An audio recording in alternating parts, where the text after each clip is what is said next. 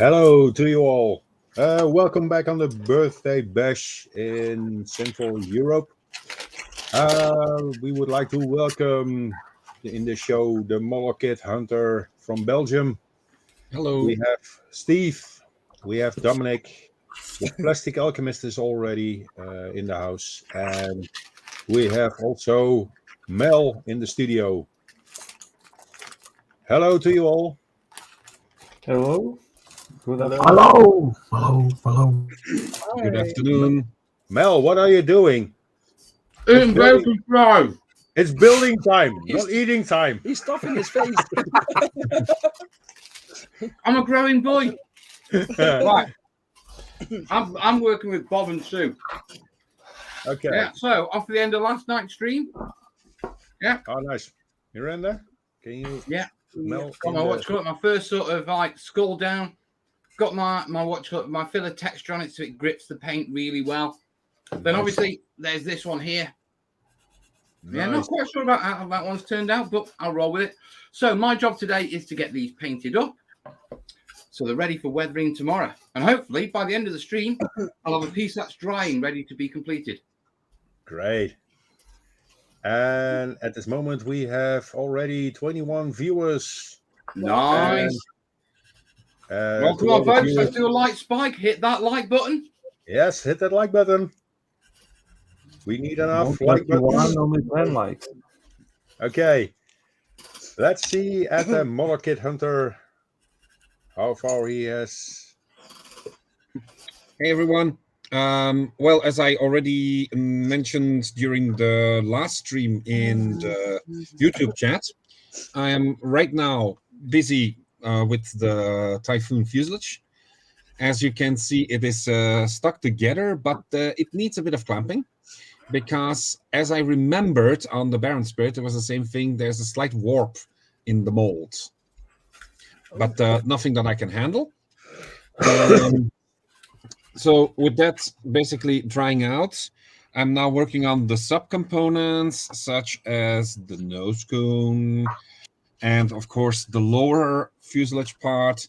And as you can see, I already put in the spar and the engine intakes. Nice. There we are.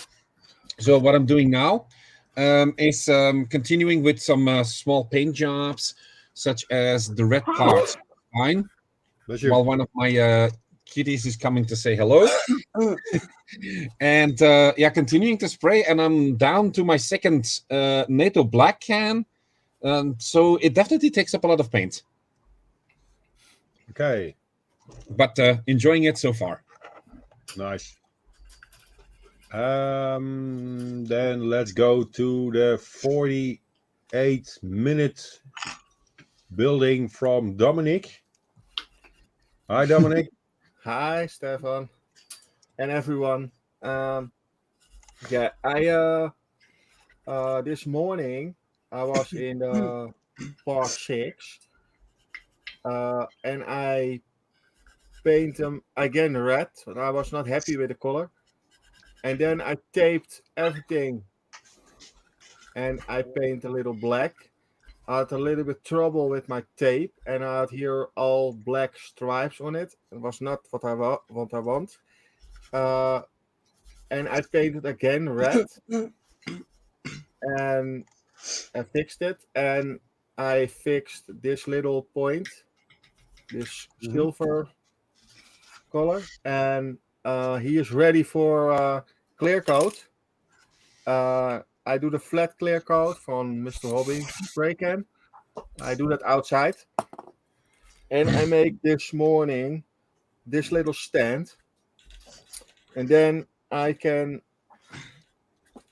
do this on this way.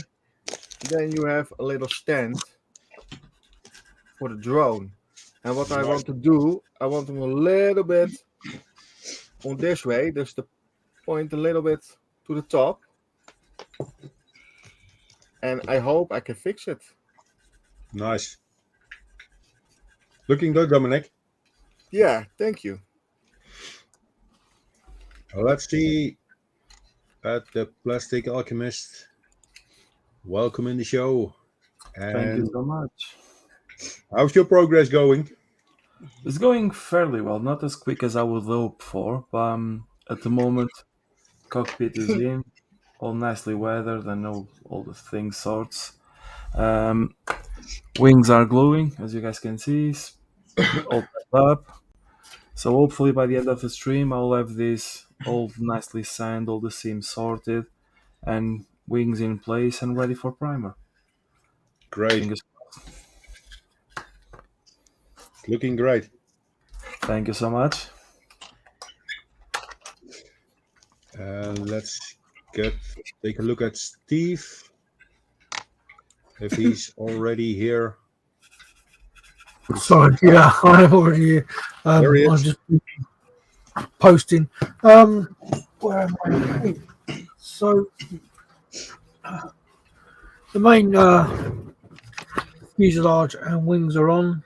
Well, they're not glued on, but glued together. The cockpit's all done interior. And I'm just also working on the undercarriage. It's all been primed and partly painted. I've just got to do the top half for the painting, and then they will sit obviously inside the wings, like so. But yeah, I'm just trying to do the sub assemblies at the moment, and then we'll go into paint. I'm going to do this as the night fighter version, so it's all going to be black. But yeah. Nice. And what brand was it? What brand was the kit, Steve? What's what? The brand of the kit. What kit is it? It's a Tamiya Bowfighter. Tamiya. Okay. Yeah, Tamiya Bowfighter. And how's the fitting of this kit? Yeah, it's going together really easily. Going together like a dream. Yeah. Oh, great. Going together really well. Yeah. We have also in the studio Gary. Oh. Hi. Gary. Hi, Gary. Oh. How are you How's doing? it going? Oh, good, thank you. It's my Panther with my pilot. Oh, there you go. Pilot all sitting in there, done that.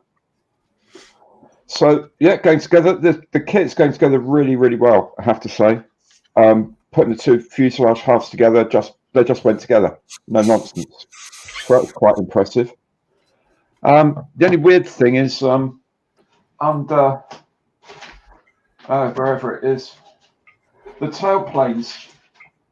Under the tailplane, right along the line, just behind the split of the elevator here. Yeah.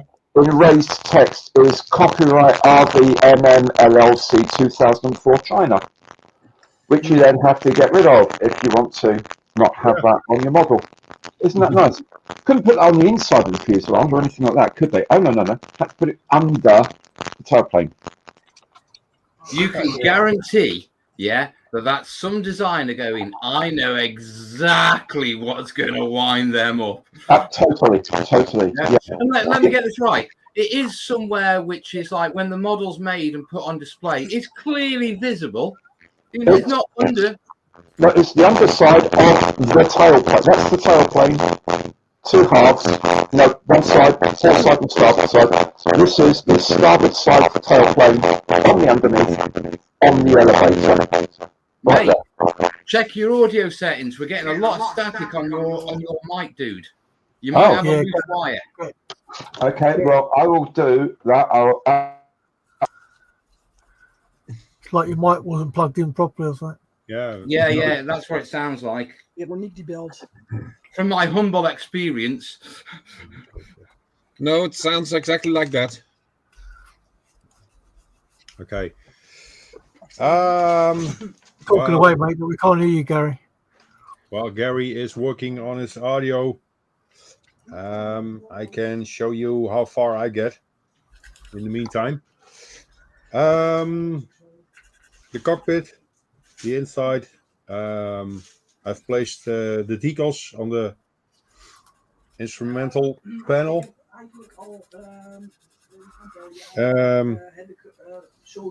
the inside of the plane. And just a second. Somebody's talking back there.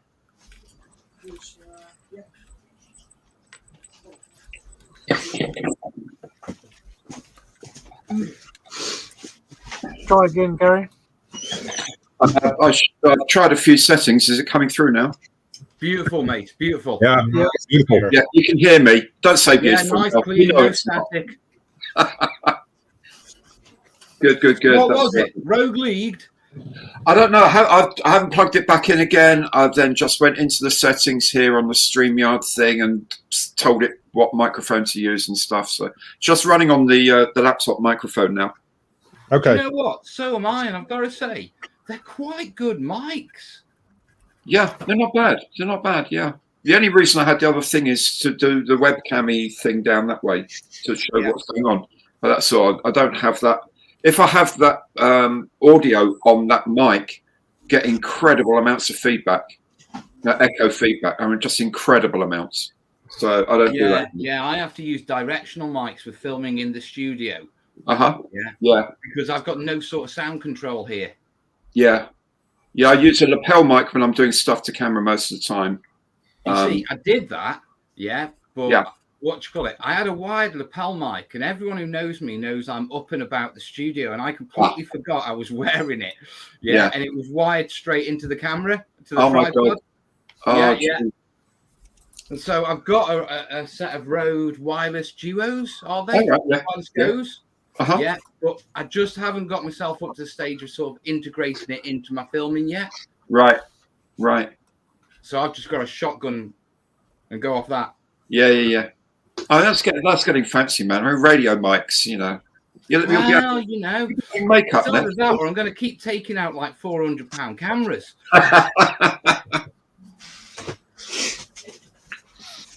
Yeah.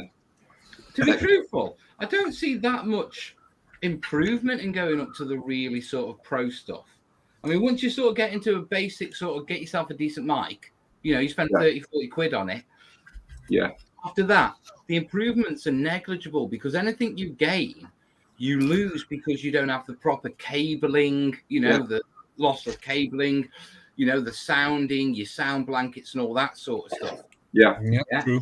So I often find myself, most of the time I shoot and most of the time I'm recording, I use my smartphone with these like £30 Rogue smartphone mics. All right. Brilliant. Yeah, my stepson's got a YouTube channel. He's just spent £600 on a new microphone. You know, some sort of crazy, like proper level studio podcasty microphone thing. But then he uses a room with it. I thought, you know, have you insulated the room to get rid of the, you know, what's the acoustic like in the room that you're in, man? You know, it's more than that.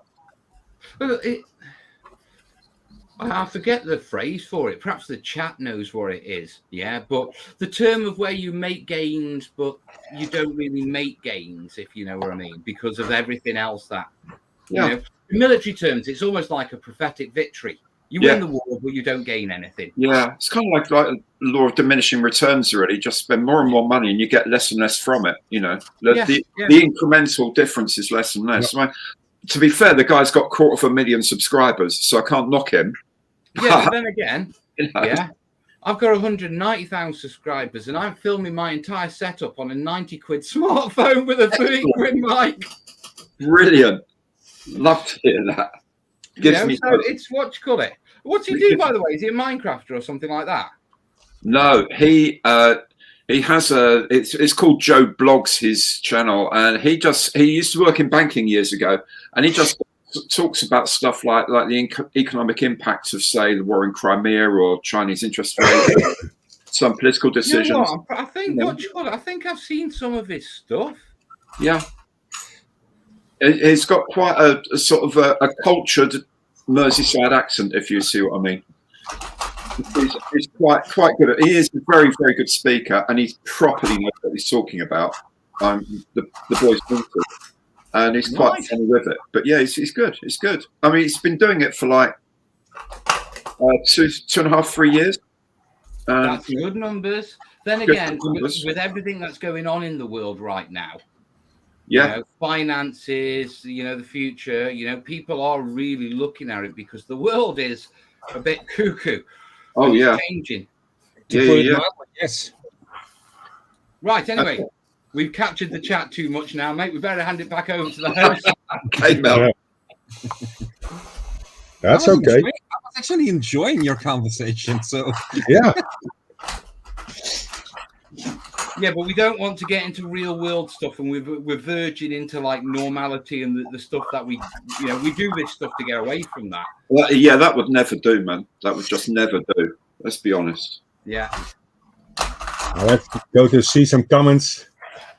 Dieter, who is in the show, he says, "Don't forget to like and enjoy." And that particular order, I think. Like the show, thumbs up. Yep. And enjoy as much as you can. Right. Do we know how many likes we got on the last show? Do we know how many likes we got on the last show? 7 or 20 now.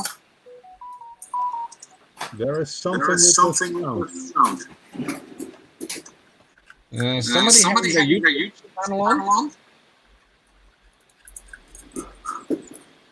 I don't know who it is. Let's check it.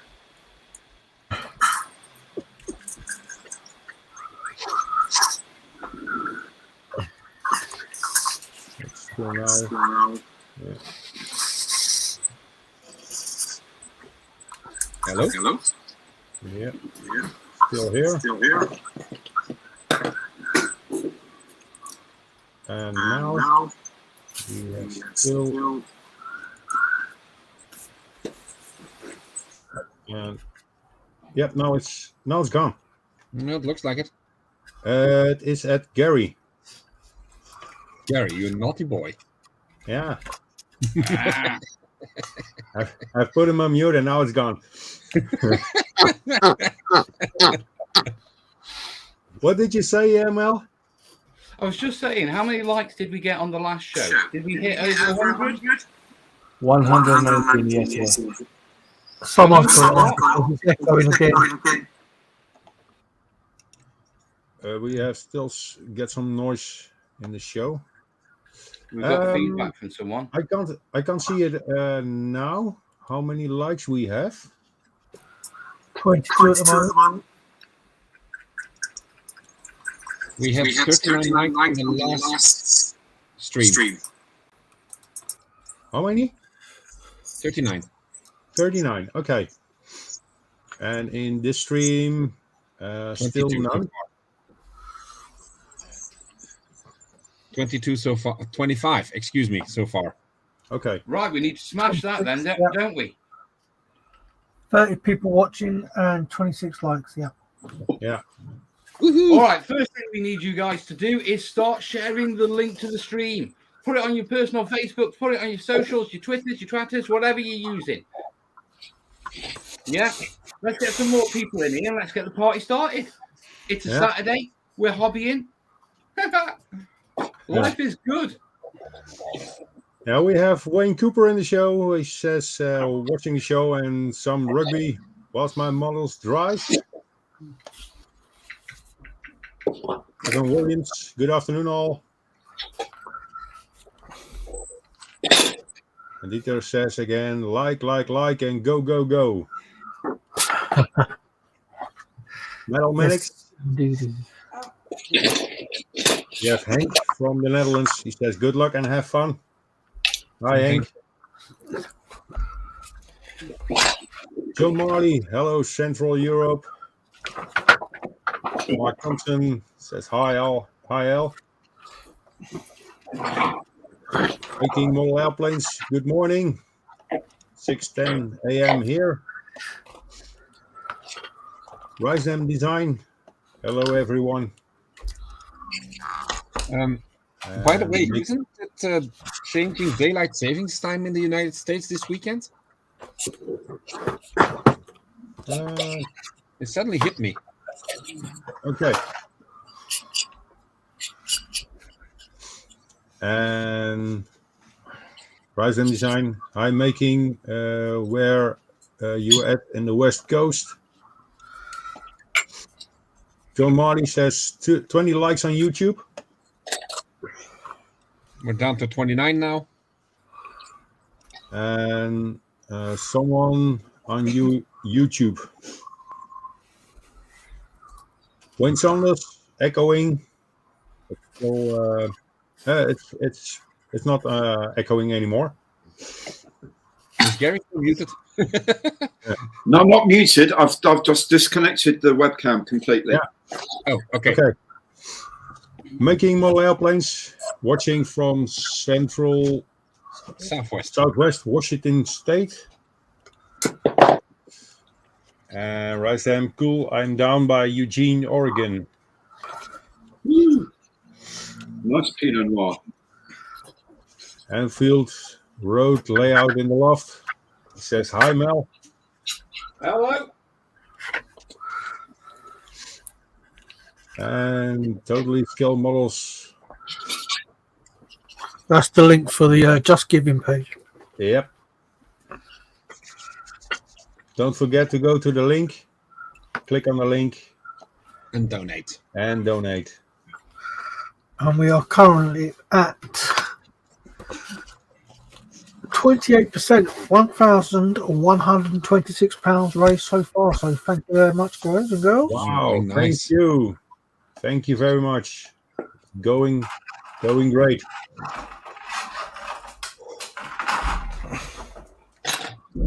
Benjamin Christensen, Mel will like this. Watching the show while making war gaming terrain. I spotted that. Nice one, Ben.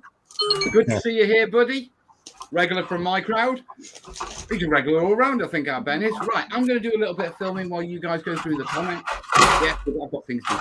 Yes, I've read. Stu and Rita need their scores painting. Nice. And Bruce, the model noob. Good morning from Kingston, Ontario. Hope you're all having fun and making progress on your builds. And the same to you, Bruce. Hoping you get some progress on your model. Anfield Road. Good stream and builds. Thank you. Model making haggis. Hi all, loving this. And Bruce clocks go ahead on 1 hour in the US and Canada tonight. All right. Nice. Wayne Saunders, you were. And Julian Gary Davis is in the show. Hello again, chaps. Hi, Julian. Welcome back in the show.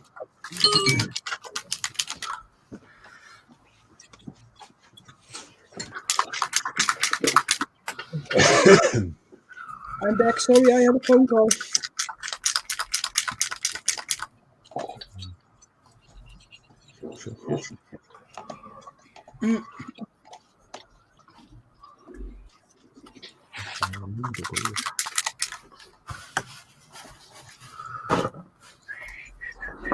And if you are building an Airfix kit, Good luck. Just remember this.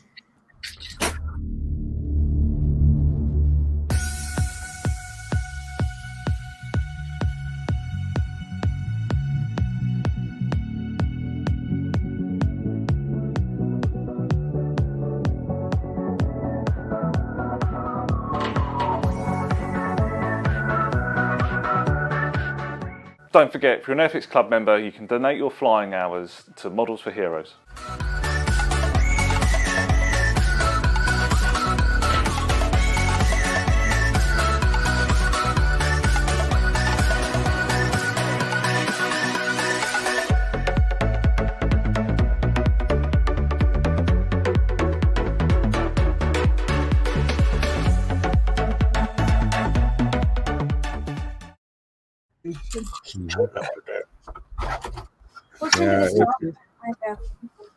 I don't like to argue with Dale because he's a nice lad, but you can donate your flying hours whether you're a club or not.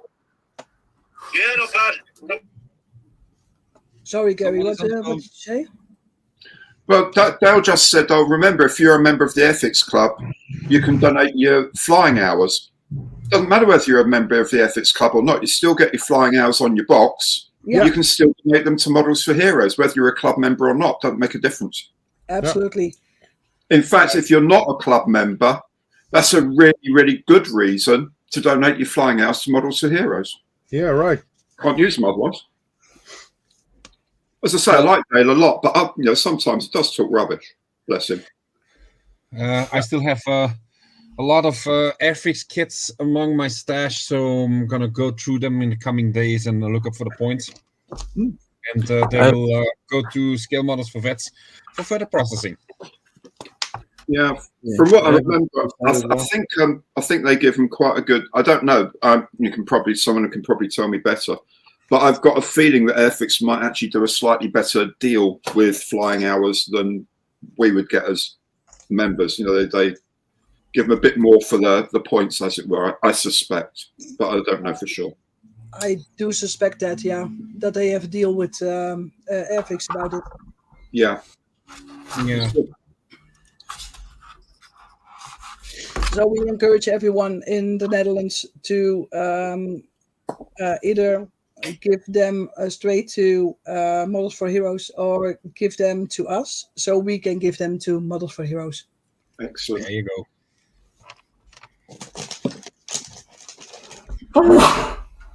Bless you. Thank you. Thank you.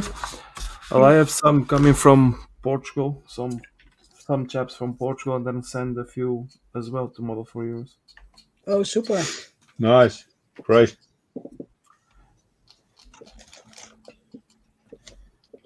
Only cost a pack of strop waffles, that's fine. Yeah. And off with the stroke waffles once again. Yep. I can't let it go. So when is Scale Model Challenge? It's the 14th and the 15th of October. Yeah. Oh, I might be in trouble on that one. Shoot. Right. I need a really good excuse. Well, you still have to come up with one, so you have 12 in the pack, so you have 12 excuses. Because Missy's birthday is on the 11th. Just take her with you. Yeah. Yeah, but then I have to take the kids as well. Oh, yeah. Well, we have a nice theme park not too far from Tilburg. Oh, yeah, the Efteling. Yes. Yep. I need to consider that then. Oh, that would be so worth it. I think you would really enjoy it. Happy to help. Oh, yeah. The Carnival Festival. That's really funny. Oh, yeah. You won't get the song out of your head. Yeah.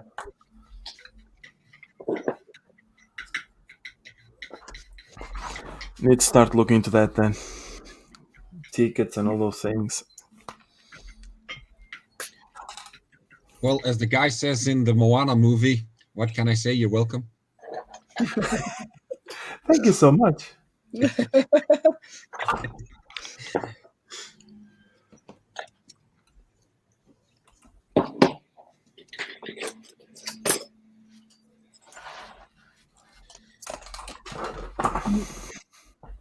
So we are at 28% at this moment at 1,126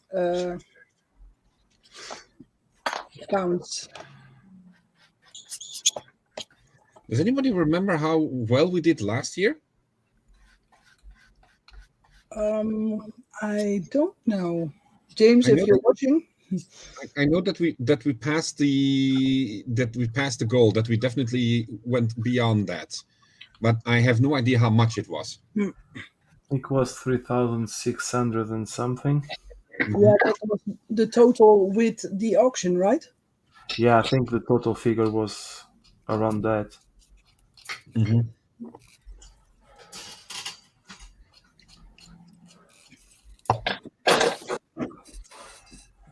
Well, we did good. Oh yeah.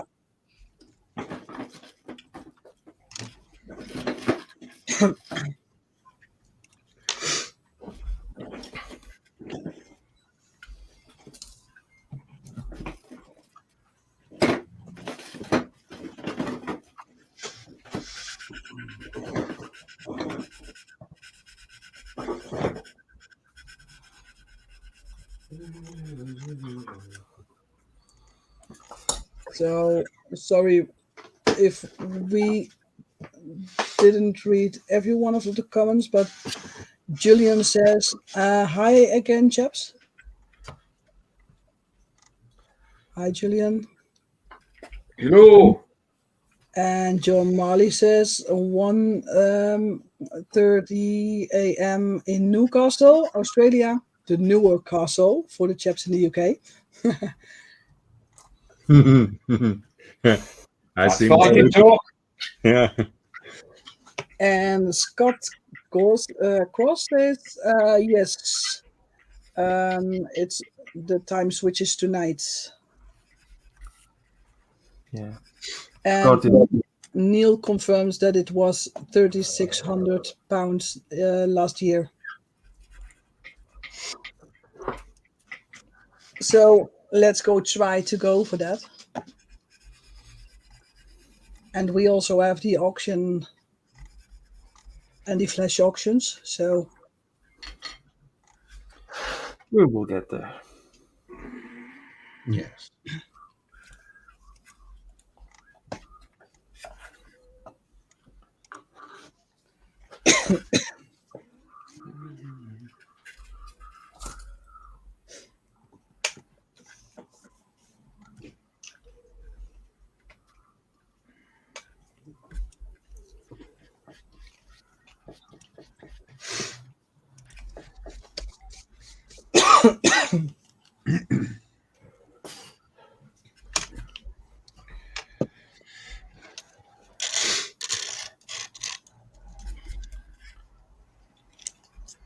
And Dominic is eating, or he's going to the toilet now. Or both. Or both. That would be strange, but yeah, we go with that. What goes in has to come out, right? Definitely. We even have a saying of that, but I'm not going to say this because we're live. Yeah. Howard. And then the boss comes over and tells us off. Yeah. Yep. That's probably going to happen. Well, I think he's definitely out right now.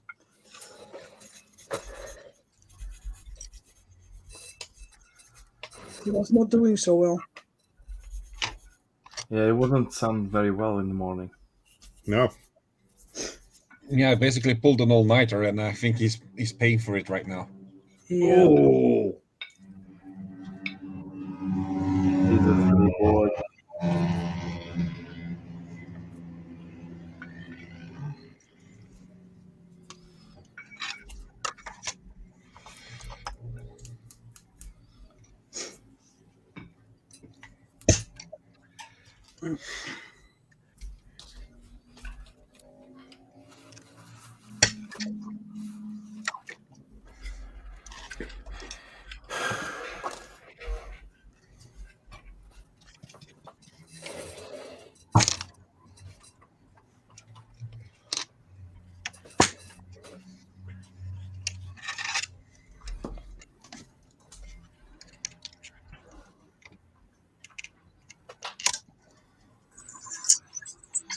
So, question for you, Lot, to keep the conversation going.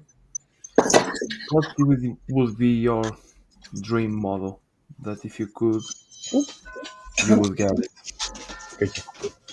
Pamela Anderson.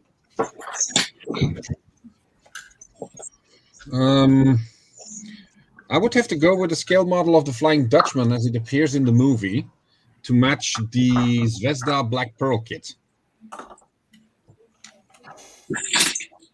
Sounds good.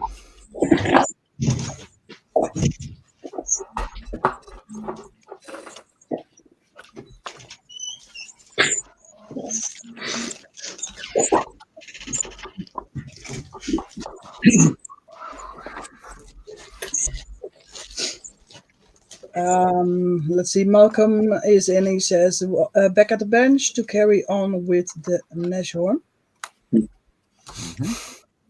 And Jeff says, good afternoon, guys, and everyone in the chat.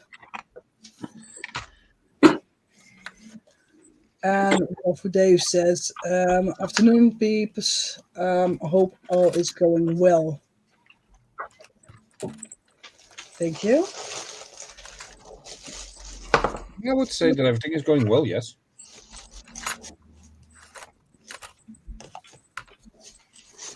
I guess I sound like a dude with this voice.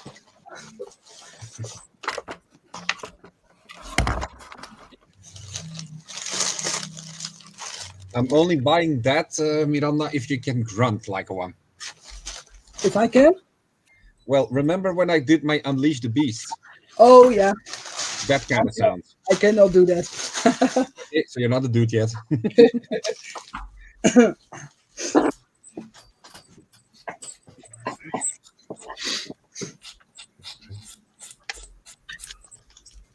Oh, man.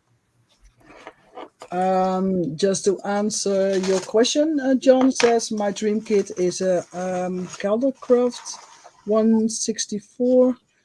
The Halloween goes in like so, and the fit is remarkably good. I must remember to take the tape off as well.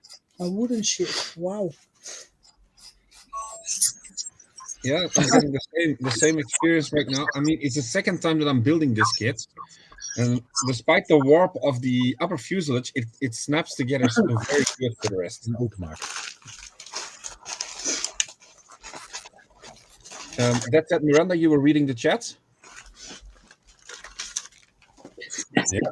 Yeah, I sound like a man, says Malcolm. Thank you so much, Malcolm. I love you too. Malcolm, I already said no, she doesn't. Benjamin Christensen says, you guys might like this. I had a chance to visit the house I grew up in recently. The guy who now has it builds skill models. Every single room of the house was covered in models. So lovely. Oh. Well, that's great.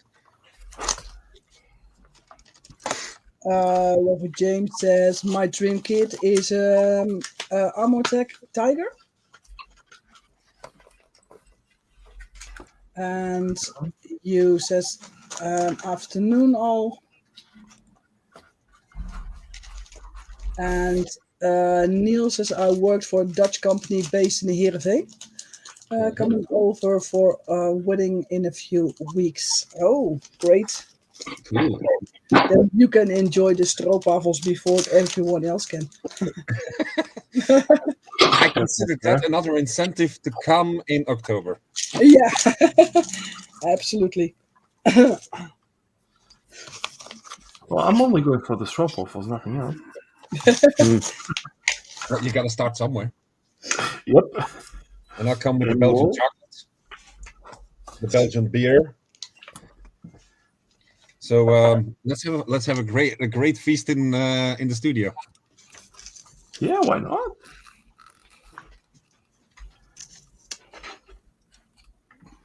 Belgian beer.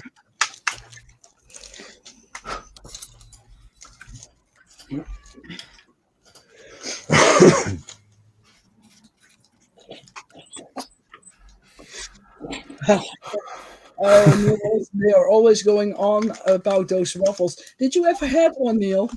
If you ever had one, you wouldn't stop talking about it too. Waffles? Someone talking about food? Yeah, stroopwafels. I haven't had one of those in ages. It's about time. Right, I think we need to be friends with Neil. Just saying. I think. Just... I think we need to be best friends. Yeah, it says one of our factories in Edam makes them. Yeah. And James says, "Well done, guys. Guys, And girl. keep on going, and you're doing amazing." Okay, so yesterday we were on tea and decals, and now we're talking about guy voices. Yeah, apparently. This is getting really weird. Yeah.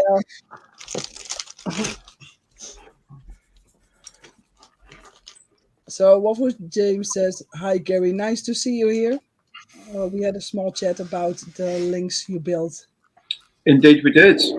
Excellent, very informative as well. Oh. Really interesting stuff. Yeah, I built the Airfix 148 links, which first largest helicopter I built, and I just found it such a hard job. It's a nice enough kit. There's some fit issues I found around the actual fuselage, and then fitting the rotors together and stuff like that just really isn't my thing. And but we could agree that the Lynx is probably one of the finest helicopters ever to take to the air anywhere in the world. It's a remarkable piece of kit. Still holds the unassisted world record for absolute speed, by the way. It's an absolutely beautiful piece of kit, multifunctional piece of kit. So yeah, Wafu Dave, I know, has worked on them in the past. We agree that it's an amazing helicopter, but it wasn't for me. I have to say, it wasn't for me. But it could have just been me, of course, because it was my first helicopter. Yeah, at least it's well, not that bad to build. It's all right. I mean, I'm still very fond of the previous SCR helicopter that we used in Belgium, the Sea King Mark 48. Oh yeah. And even if the new helicopter, the NH90, is definitely a nice piece of technology, it just doesn't have the same vibe. So Yeah. I can understand what you're getting at with the Lynx. Yeah. It's a thing of beauty, the Lynx. It really is an absolutely amazing kit. Beautiful thing. Never flown in one, sadly. Wish I had. But absolutely beautiful thing. But just the Airfix kit of it was a little bit more hard work than I really wanted to do at the time. Mm-hmm. Yeah, Makes it work. Is it here? No, it's not here. It's downstairs. Maybe I'll pick it up later and bring it up. So James says, and a special welcome, special well done to our princess. Ah, that's especially a bit too late, James. A bit too late. Wafu Dave, I actually flew on the Sea King. Oh. Yeah, for the last modernization that they did, I was part of a project that did the upgrade of the avionics. That was the last time ever that we did that for the Sea King, because it was already clear that in a few more years the NH90 would slowly phase in and the Sea Kings would phase out. But the fact that we did a great job is still visible, considering that the two machines in question, the RS-02 and the RS-04, are currently flying for the memorial flight in Great Britain. Oh, right. Cool.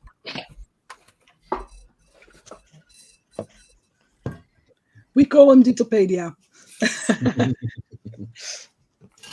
If you want to know some facts, ask Dieter. Yeah, in the last chat we were discussing the differences between an IDS Tornado and the ADV version, because someone was converting the 132 kit of the strike version of the Tornado into the defense variant. And then we were discussing, okay, what are the great differences that you have to keep in mind if you want to build the model right? And it turns out that there are quite a lot of differences even for the model to be incorporated if you want to have the aircraft right. Good to know. Ooh, nice one, Dave.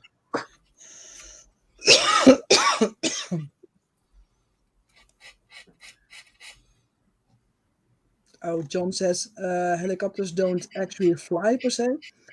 They're so ugly that tells them. Oh.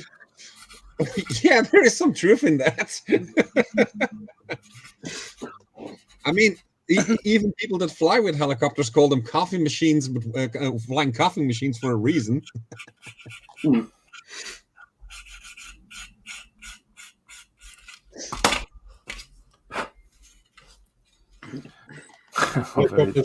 Helicopters are machines with a big air conditioning on the roof. Yeah. And point when taken, Stefan. If you ever go to a U.S. Marines bar in the southern part of the United States, there's 9 out of 10 chance that the big fan in the canteen looks actually like a helicopter.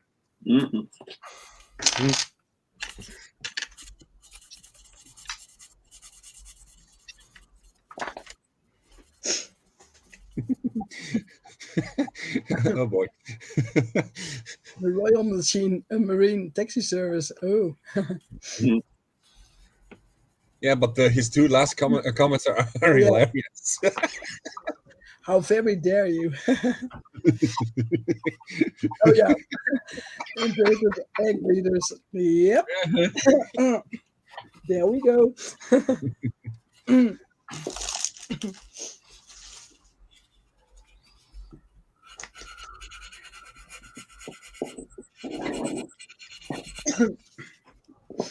Remember Dad telling me about time in Korea when an American pilot was shot down just off the Korean coast, and the helicopters on Valley Forge just didn't have the range to go and pick up their pilot.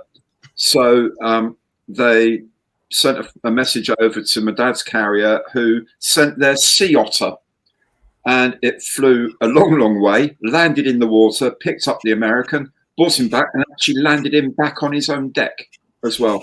So not bad for a biplane, I think. Oh. No, not bad at all.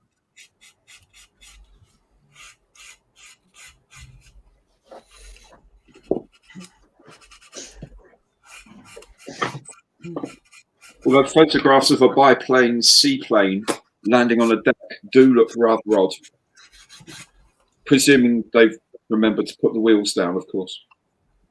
Mm-hmm. It still looks odd.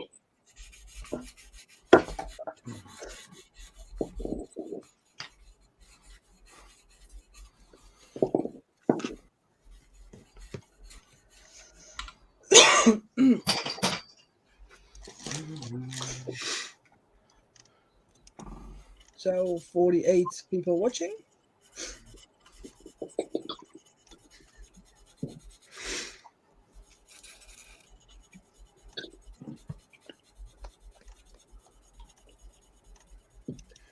We can see over here we have just 1 Facebook like. Come on, guys, hit that like button. Don't tell me you're already, the guy's already gone to sleep, right? I hope not. Uh-huh. Oh, Ethel's got a question for Mel. Go on. That female artist who used to do resin paintings, does she still work on her art? And if so, do you have her internet address? No, she's a tattooist now. No? Her name is Asha Tank. So ASHA, then TANK. Yeah, I don't know if she still does. I know she's got a home studio, but she works as a tattoo artist now, and she does mandalays. Beautiful work. Oh. But that's Asha for you. Well, no, I'd like one of her commissions, to be perfectly honest. They're beautiful.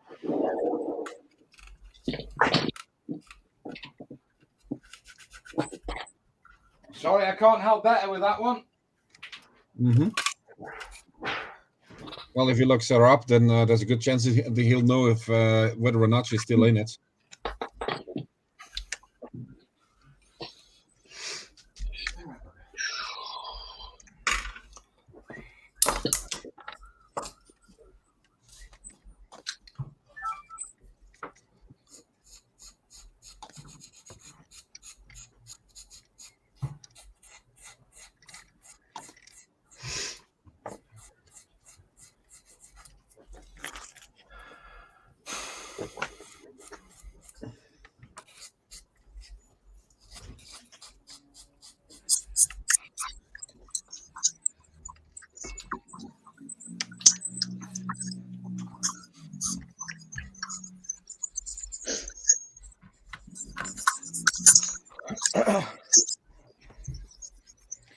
And we have something that starts to look like an aircraft.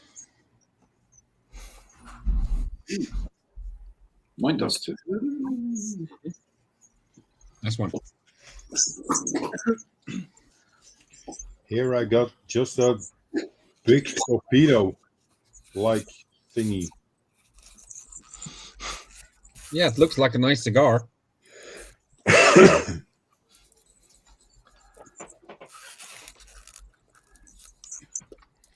Looking good.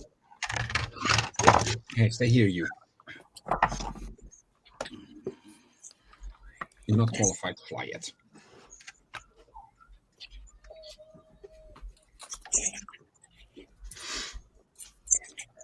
So Benjamin says resin art tattoos. It is them. Say again? Right, resin art tattoos. Yeah. She's just a talented woman. Well, he could be onto something, though. Ethel says, thanks, Mel. I'll track her down and see if she has any paintings for sale. No worries, mate. No worries at all.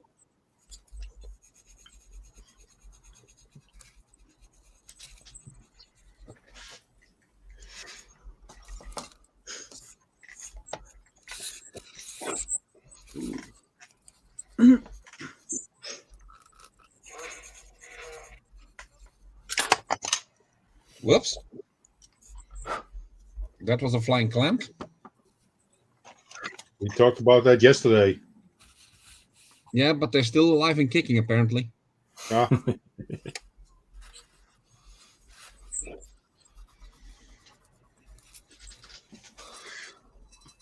Oh, did your neighbors sort out where they want to put their closet? Dieter? Well, considering that they're quite quiet today, I think that they definitely decided on that one.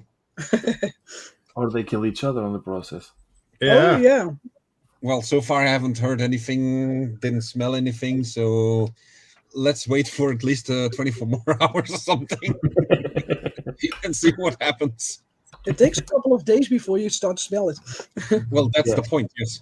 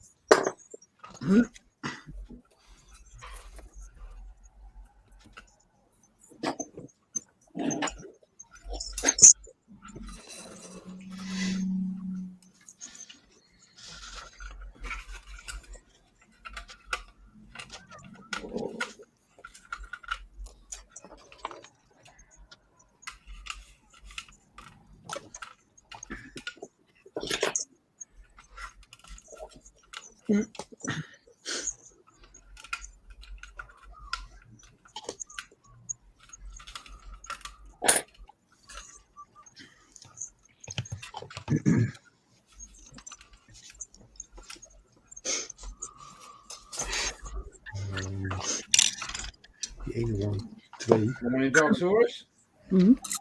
Morning somewhere in the world. Oh, yeah.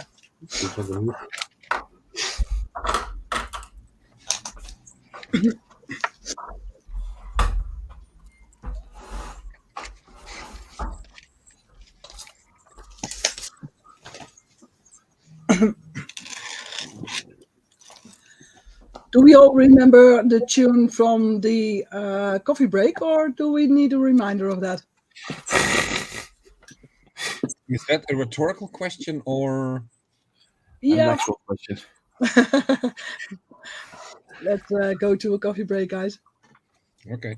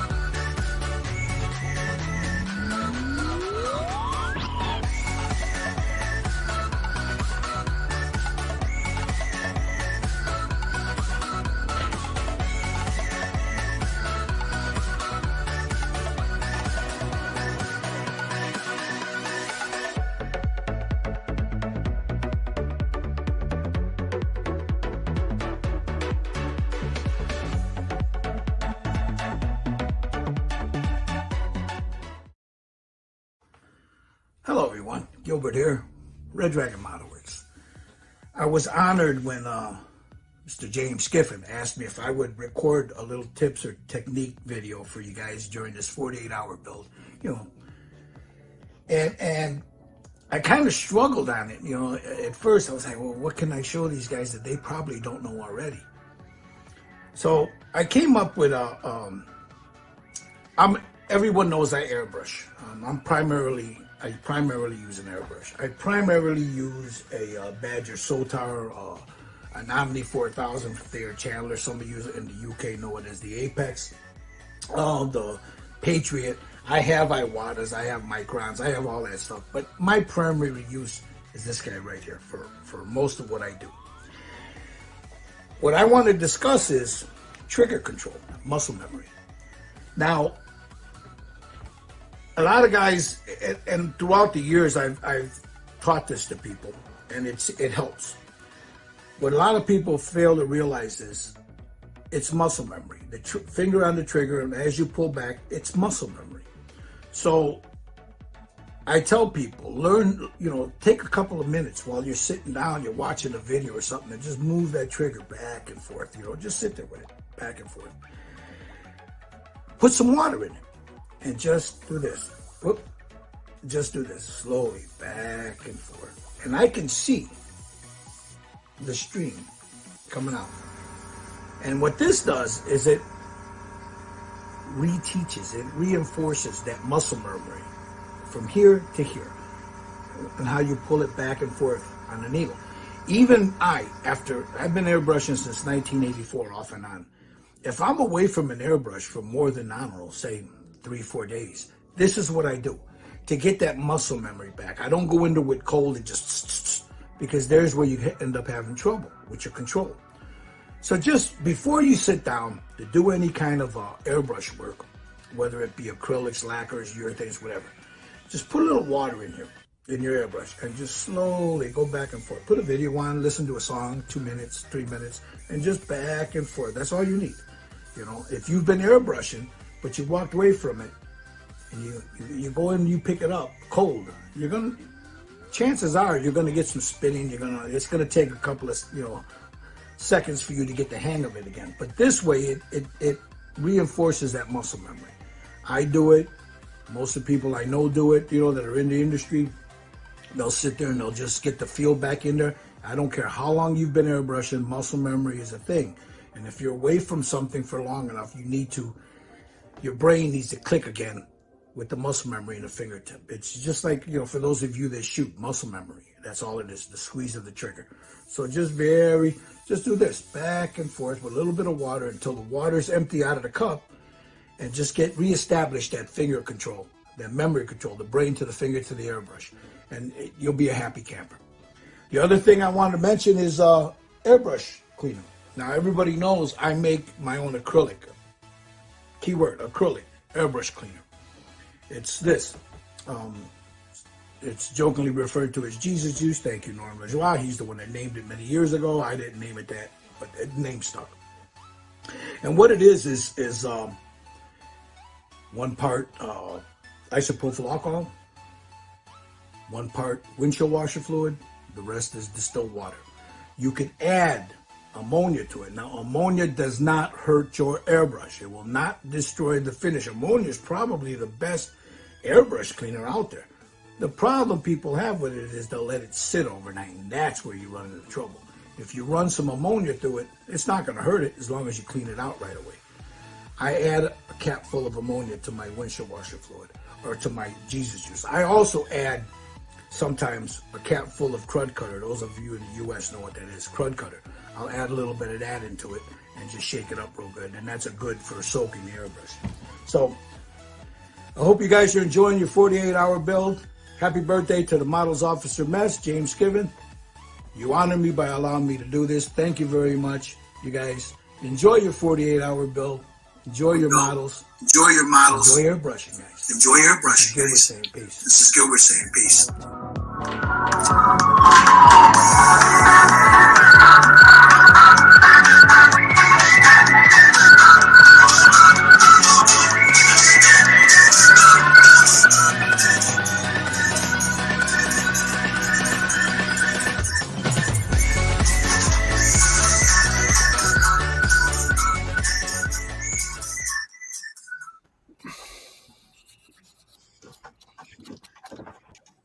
Another great tip.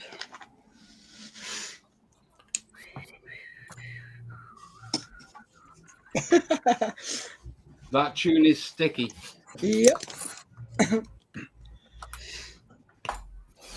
Good to see Gilbert about. I haven't seen any of his videos in ages. I just don't watch his content anymore. I did when I first started off, but there's so many. You know, there wasn't many of us when we first started, and it sort of exploded over the lockdown.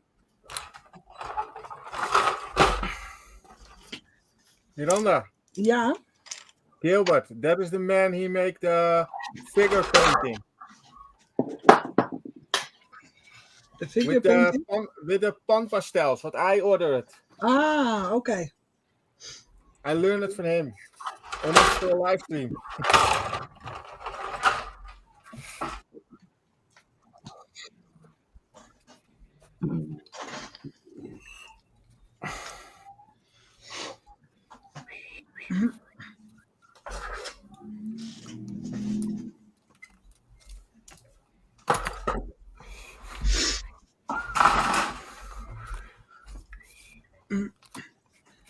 So 47 people watching. I hope you all hit the like button on YouTube.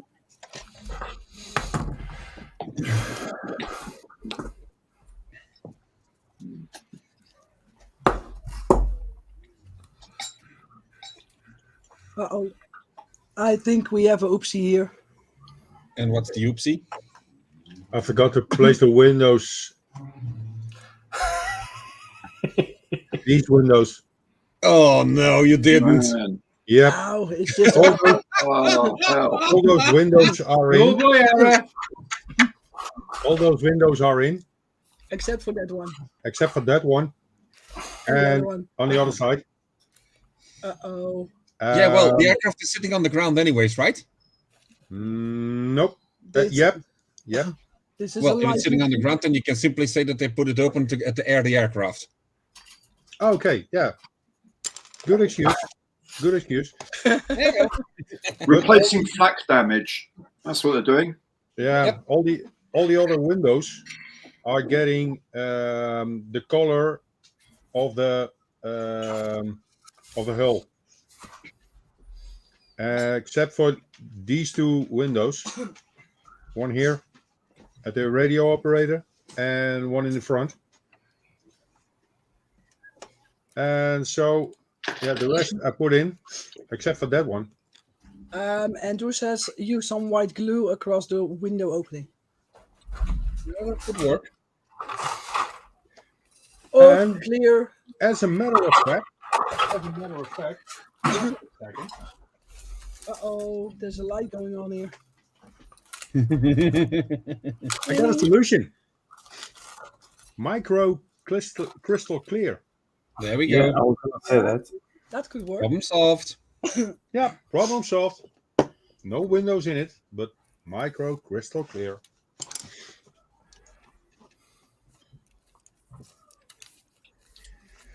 Oh yeah, Andrew also said, Yeah. Michael crystal clear. Yeah, you are on the same level. Fun fact, it was one of the first things that I actually bought as I started my modeling career 33 odd years ago. Because I really hated to glue in the windows, knowing what it would do. And the first thing that the guy where I went in Brussels said, look, I got here some Airfix crystal clear stuff. You can use that. Well, I think I had some of the thickest windows that you could get with that stuff, but at least it worked. Yeah.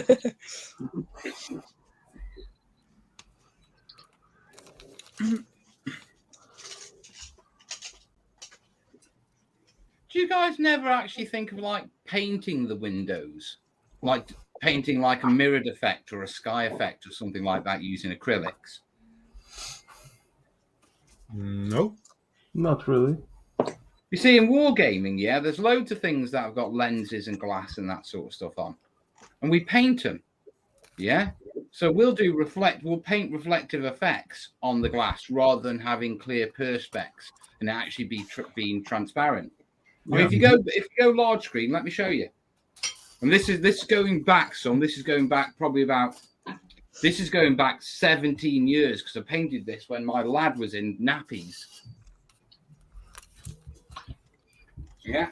See, I do models. They're just not your normal sort of models. My tanks are a bit bigger. But if I bring this up, and I am by no means an expert model painter, yeah, we should be able to sort of like, there we go.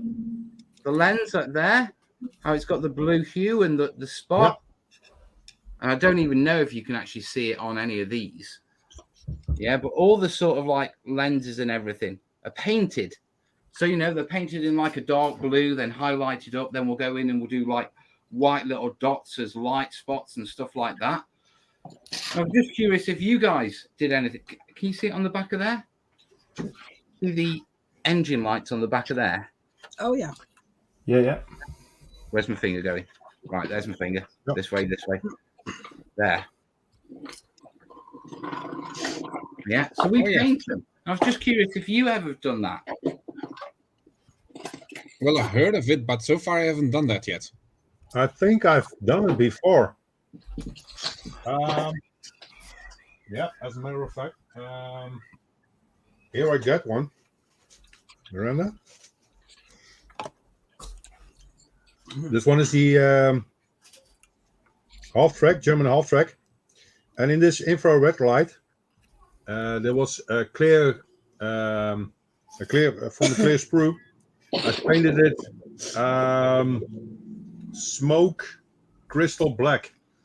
Right. So you can still see the inside, but not quite good. You have to look very good inside, and then you can see the inside of the infrared light, including how do you say that in English? Lamellen? Dieter? De lamellen die hierin zitten. Yeah, so in order for the light to be used as something of a Morse code, for instance, you have like blinders in there. Yeah. Right. Shutters. Yeah, shutters. That's what I was looking for. Thank you. Yeah. You can still see the shutters inside, and you can see the bulb, the light bulb inside. I think I have a similar paint like the one that you described. Here it is. Let's see if I can get it inside my screen. There we go. Yeah. Yeah. And I actually bought this because I still have a few versions of Kit from Knight Rider. And he has normally smoked panels when he is not riding in the T-top style. So to mimic that, I got that paint, and I still haven't used it yet so far. Yeah. So I'm gonna get there.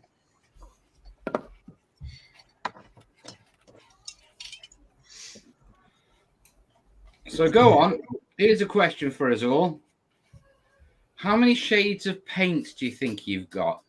Now I'll start, and I reckon no one's got as many as me. Yeah. But I'm gonna go. I'm probably up to around about 800 shades of paint, different shades of paint.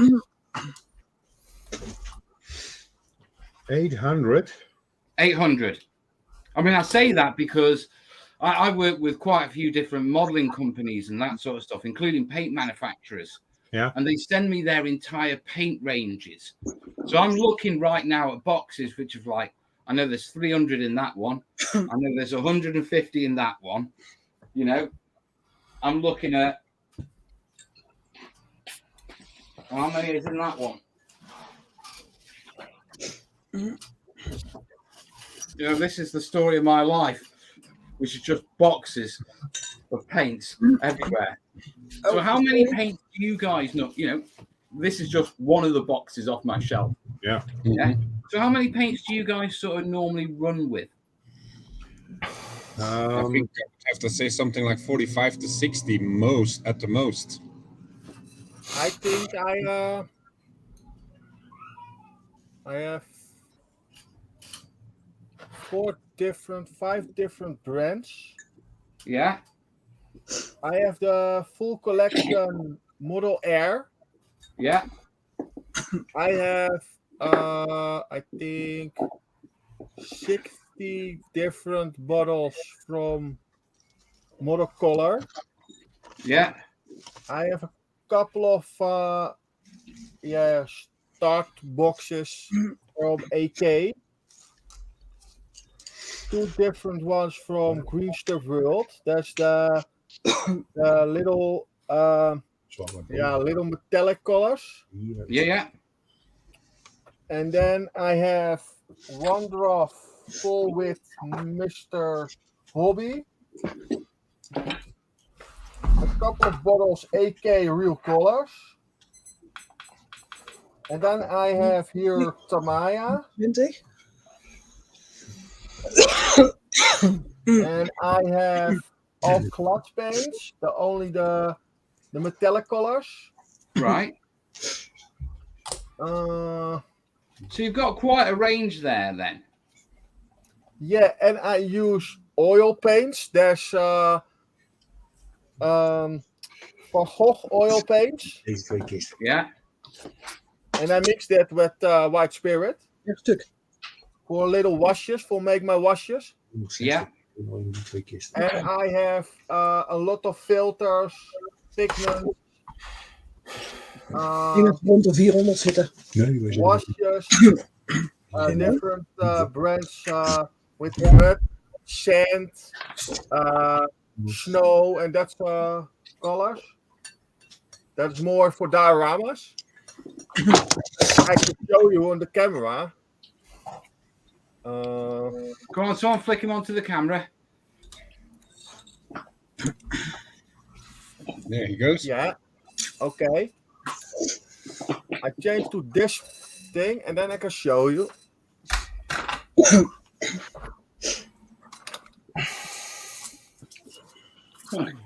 Jeez. Jesus. Oh, he's got the stream deck as well. Fancy. Yeah. He is not Fancy working streamer. now. I have a really nice stream deck. I do this. And I have a little bit lucky sounds. This. It doesn't work now. No. That's my computer screen.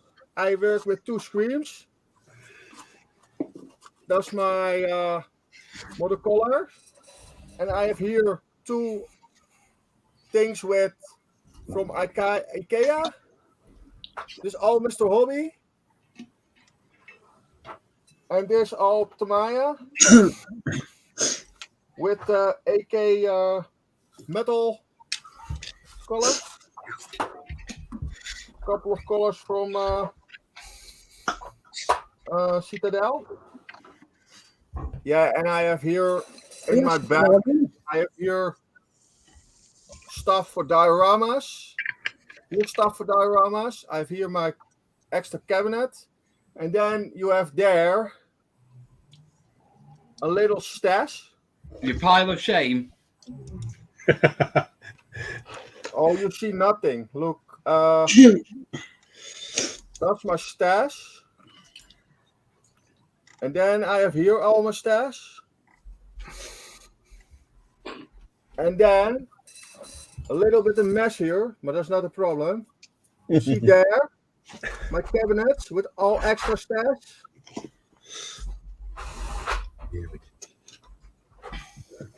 And I have here a little bit stash, and that's not everything. I have here on the other side of that wall is a closet, and I have there all my cars, model kits. And I think that's 35. And then my girlfriend, she make models too.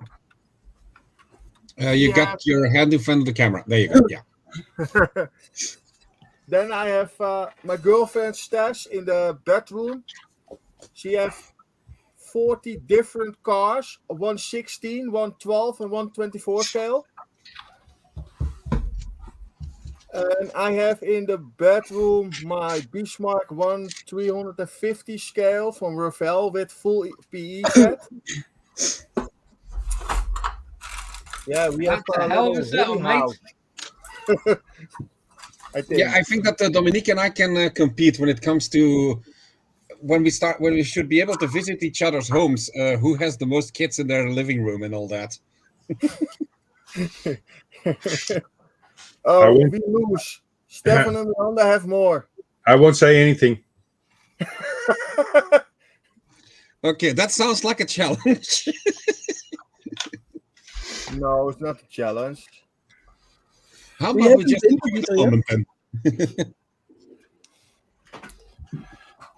I mean, I'm sitting right next to a cabinet. I'm sitting right next to a cabinet that's filled with ships. I got a cabinet next to that that's filled with F-16s, all in Belgian colors.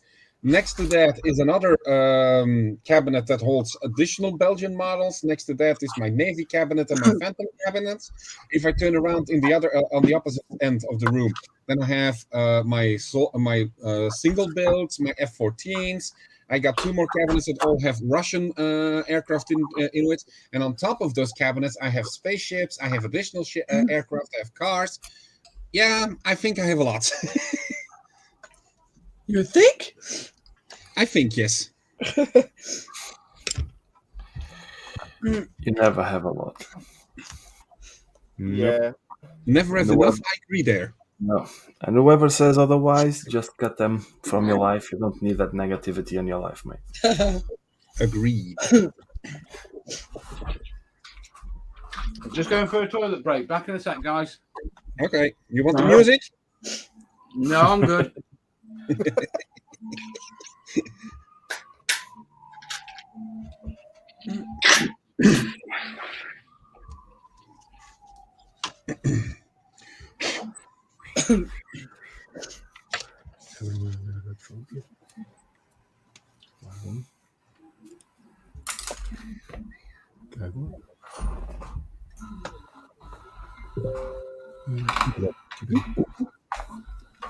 Ja.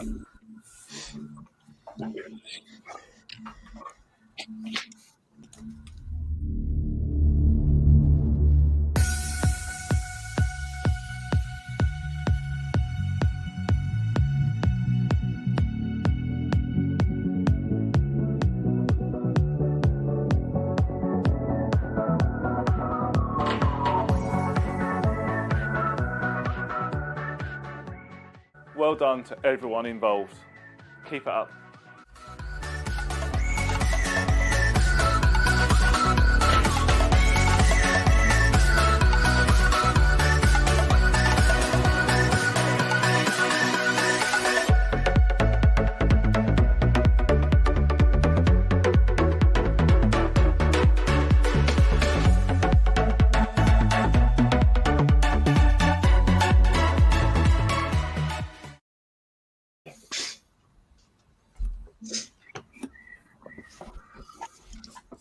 Keep it up, keep it up.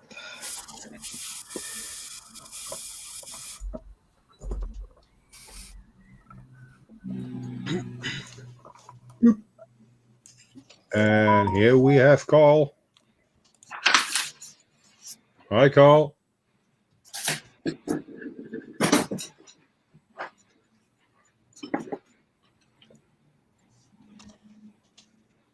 I think Carl's going to jump in a little bit later. No, I'm here now. I was just getting everything sorted. There he is. There he is.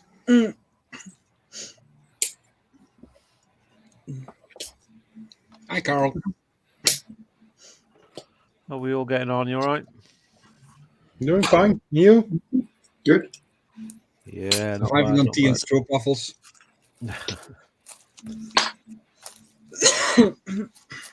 You want to come too in October? Oh, I'll have to ask the boss. Okay, I just had the boss give us a sign that we should look at the chat. So let's do that. Making Model says, afternoon all in chat. And Malcolm says, skill modelers tend to let the light do its thing using clear plastic. Even one 350 scale aircraft on aircraft carriers have clear plastic windows. Yep. Especially trumpeter sets. And he also says skill modelers don't tend to etch highlights either. No, you don't, do you? Yeah, there's truth in that. Yeah. Which is quite interesting because you do weather them. In fact, you do more weathering and detail work than sort of war game modelers do, but you don't do any actually highlighting and shading in the actual paintwork. To an extent, yes. I've always thought model makers were a strange bunch of breed. We're unique, not strange. Unique. Yeah. There's millions of us of our uniqueness around the world. Yeah. Because not every scale modeler is the same. Nope, that's true. You have the guys that build aircraft, you have the guys that build ships, you have the guys that build Scratch, you have the guys that build basically just about anything, like me. And then you have guys that just go from oops moment to oops moment and enjoy it nonetheless. Yep, and that's just me. I wasn't saying anything, nor implying. But just suggesting. Well, you can do that. By the way, Ethel McNeil, he says, I've 350 Vallejo paints and 60 Army painter, and God knows how many Citadel, but a lot, Mel. I know that one. Malcolm Charles, he says he has 200 or so paints on my shelves, most which is green or gray.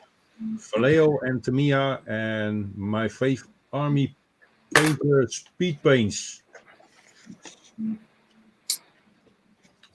And then we have Nigel just about to launch a video promoting this channel. I wonder how many will join in the chat and get thumbs up. Hi, Nigel. Hi, Nigel. And the Craft Station UK. Good afternoon, everyone. Good afternoon to you. That's the boss. Oh. Yep. Anfield Road layout in the loft. Nice set up of your workbench, Dominic. Oh yeah, thank you very much. Evan Williams. We know.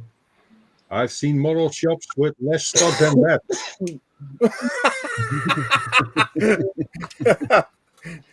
He's got a point. Yeah. Yeah. Yeah, I know. Anfield says, hi, the Craft Station UK. Oh, look at Airfix. Hey, gang, keep up the great work. Thank you. Thank you guys from Airfix. Mr. Golden V joined from Nigel. Excellent. J-Dub, I did what I was told, Nigel. Mark Bellamy, Nigel Sanders, and Plastic Monkey. Good day, Nigel. Well, that works. Yeah, Nigel helping a lot of streamers. Hey, have we got actual the Airfix watching the stream? Yep. Apparently, yes. Right. Uh-oh. Hey, Airfix, stop my book. He couldn't resist, couldn't he? It's great for the basing of your models. Right, couldn't let that go aside. Well, as they say here, if you don't try, you never gain something either. Don't get if you don't ask. Exactly. That's what I kept telling my wife. Now I'm divorced. Well, brother.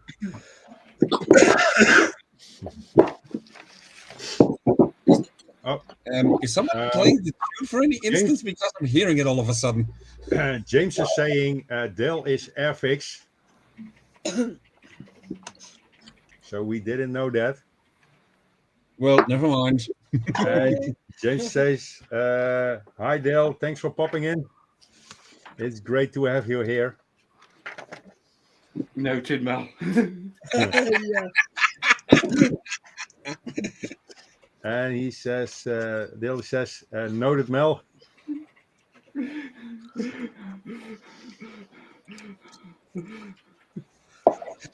Mel, don't crack. All I'm going to say is UK distributors of Warlord Games, hint, hint. I'm taking every chance I can get here. I can't say we blame you. Well, you know. At the craft station, wow, we're up to 28% of our target on Just Giving. Nice. Currently sitting at 1,126 pounds. Great work.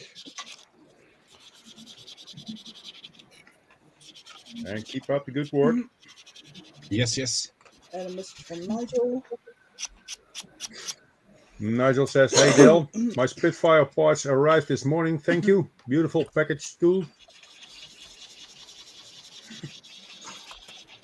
And Dale says, hey everyone. Hello, Dale. Hey Dale, how you doing, man? And Dale says, great stuff at Nigel's modeling bench. Well, that's true.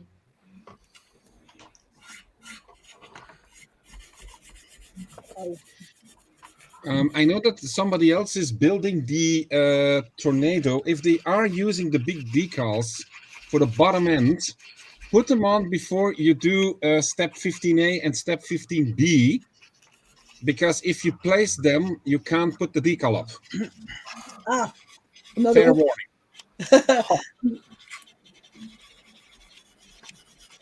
James says, well, thank you everyone for the donations. And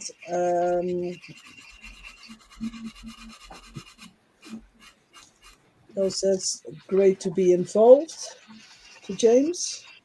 Yeah, but Dell should be building and streaming as well with us. Yeah.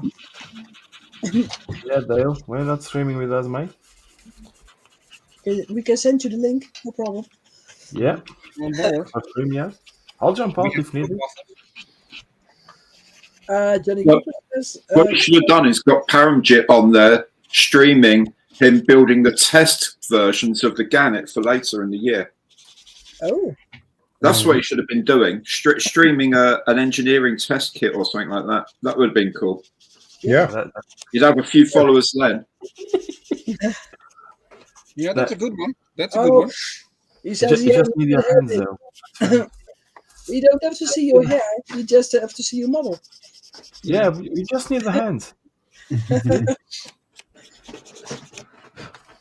Oh, here we go. But Boss is already jumping in and defending Dale. So. Yeah. He says he has commitments this weekend. Yeah, okay.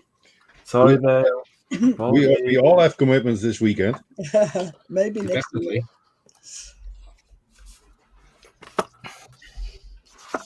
So again, Johnny says, "Good afternoon, gents." Here we go again. Yeah. Nice to see some familiar faces, especially Mel. Not that I'm. I don't know how you announce it. Biased. Biased. Ah. Sorry. It's okay. A good word to say that is to be subjective. Yeah, I understand.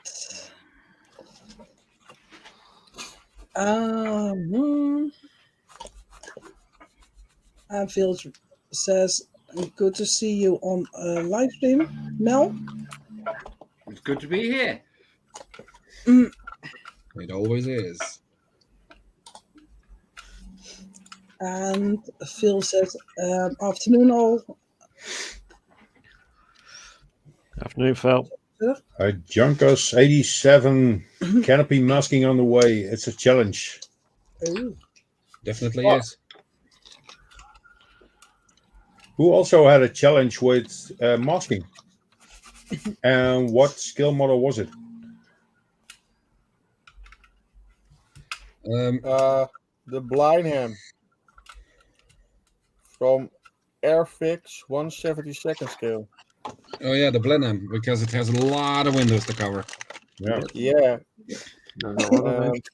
And I ordered a masking set, but it was not easy to do.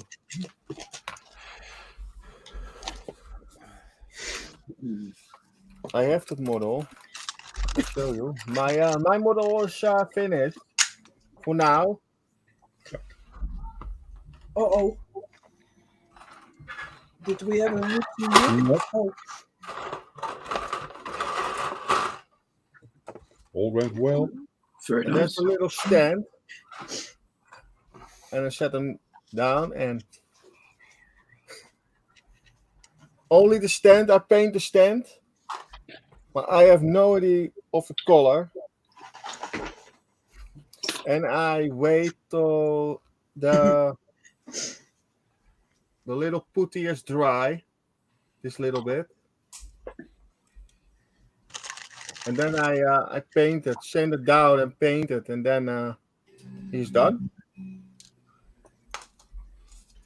Nice. Maybe it's a little bit weathering. I'm not sure.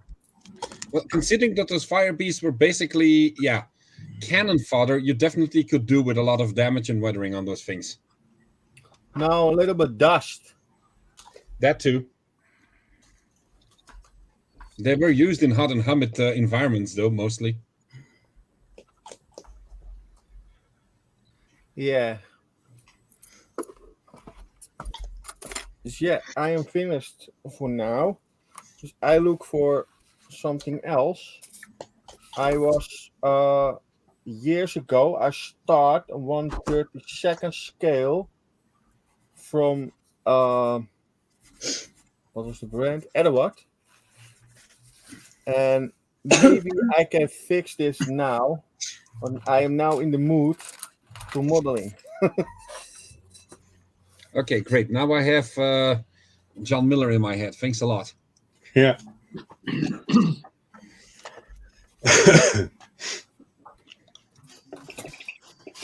My model with the most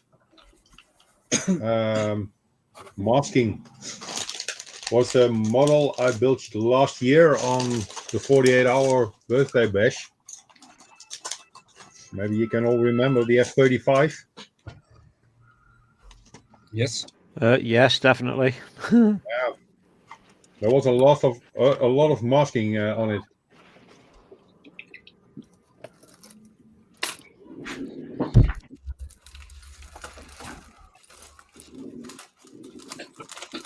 Mine was Monogram's 148th Catalina.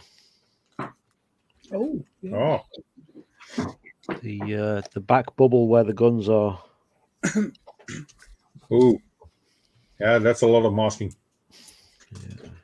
Awkward shape as well. Yeah.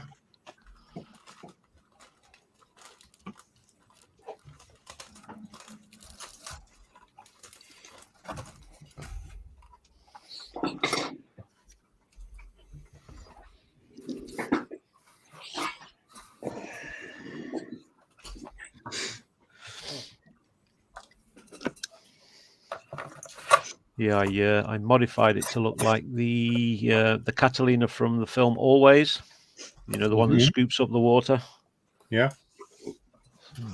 To completely remodify the nose and everything.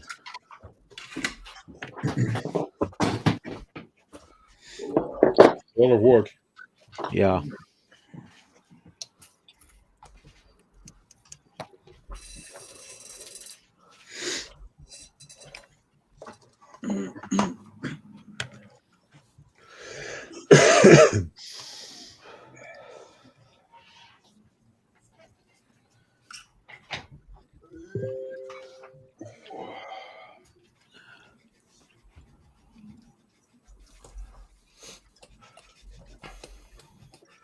Right, I'm going to step out for about half an hour. I've just got a bit of content I need to film.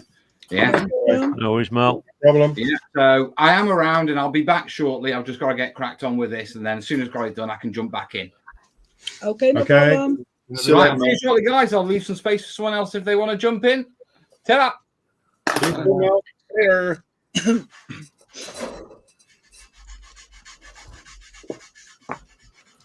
So Nigel says, don't forget, Phil Abram, the framing on the rear canopy is the most on the inside. And James says, last year, Moosaroo build. Worst masking experience. oh.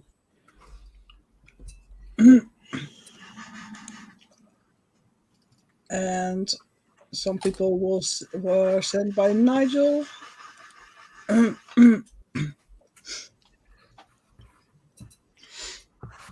Weet jij dat voor? Malcolm said, canopy masking of a Junkers 88 took forever.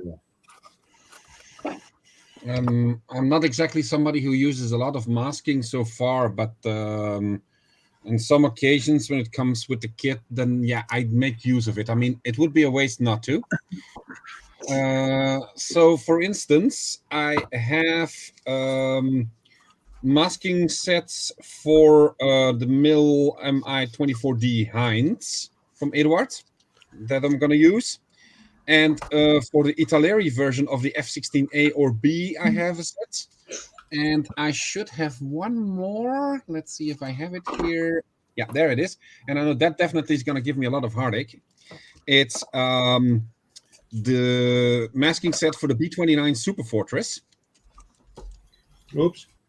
And very much like the Bristol Blenheim, it definitely comes with a lot of windows. So that's going to be a tricky one. Yep.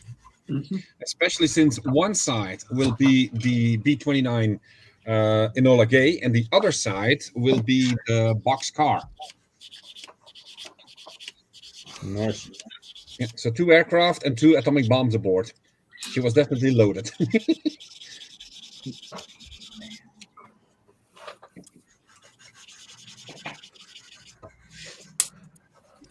Brian said, hi, my love, sir. I completely forgotten you were on. Sorry. Here you go. Here's a picture of the Catalina. If you Nice. Oh, that's a nice one. It's a cool one. Beautiful colors. So I had to take all the nose out and take the gun out of the nose and everything. It was a bit of a nightmare to build. Yeah, it turned out all right. Happy with it. Custom decals and everything. Yeah. Great, yeah. Beautiful color scheme.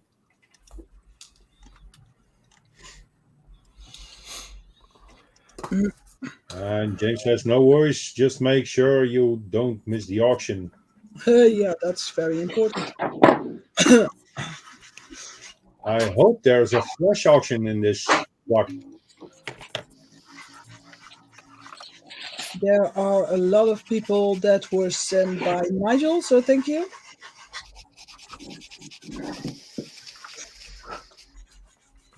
And Plastic Monkey has cancelled the show tonight, so they can support Models for Heroes. Oh, great.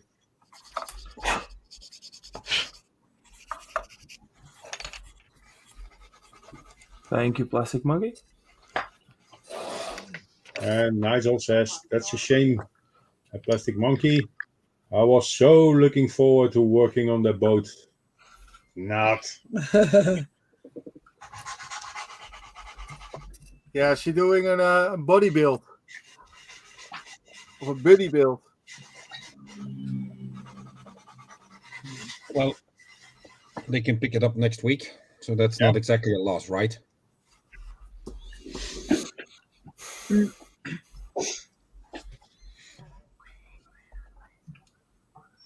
Oh, for God's sakes, now I got the song stuck in my head again.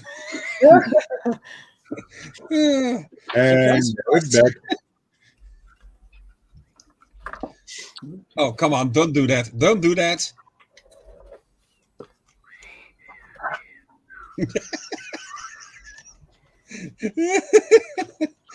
Oh, boy. And Dieter. Yes? Be aware, we can do it worse. I know you do, I know you do, and I know you will.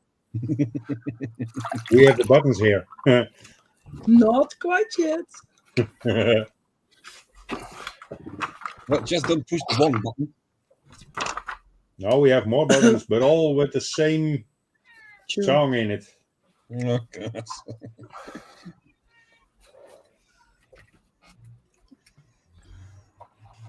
I think probably the worst bit of masking I had to do is the Anson, 1/48th Anson, because I did it before there was a masking set available, so I had to cut all the masks for the whole plane, including the turret. Yeah. That was a long job. That was a really long job. Lovely kit though. Yeah, that's a nice kit. I'll have to buy that one. But I still have to sign up for Airfix Club, so.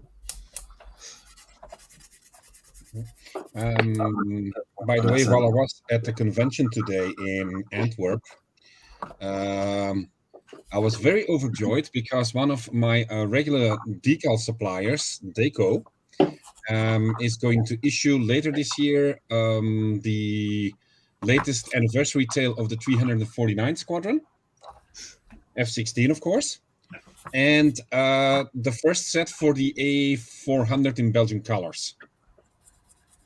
Ooh. And I had a glimpse also with the Cyhard decals, who has issued recently a few Dutch specials. So for the people that are building F-16 Falcons in the Dutch colors, go and check out his website, Cyhard decals. If you Google it, you'll drop right into it, and they will normally be on top of the page right now. Yeah. And okay, I'm not gonna build Dutch aircraft, so I do apologize for that. But damn, they look Why not? good. So I suppose the real question is, do they do any nice colours though? Yes. No, the reason why I'm not building Dutch F-16s is because I'm Belgian, and the Belgian Air Force has so many different special liveries that it will keep me occupied for at least a few more years. I mean, if I were to build only F-16s for the coming time, for every version that existed, I would end up with like 96 different F-16 versions. Wow. and not all of them exist yet, or are no longer, are existing. So it's a constant quest for them.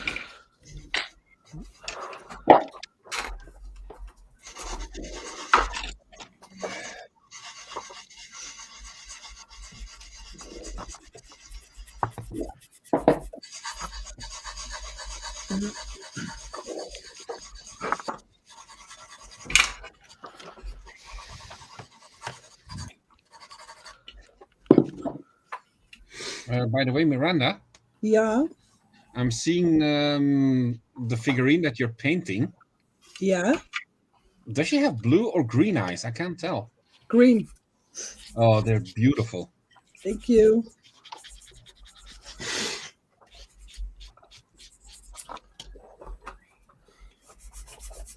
And it's even more beautiful when you see it live, Dieter. Soon enough. Soon enough. Yeah. I'm trying.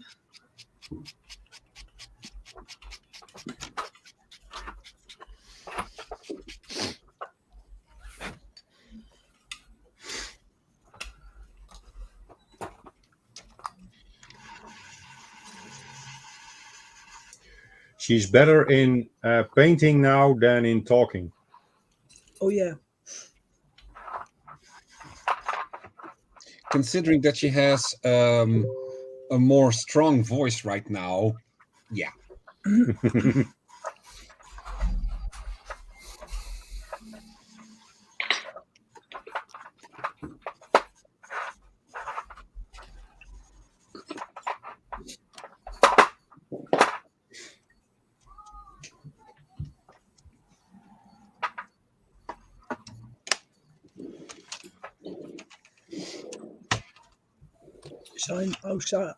I sound like a dude.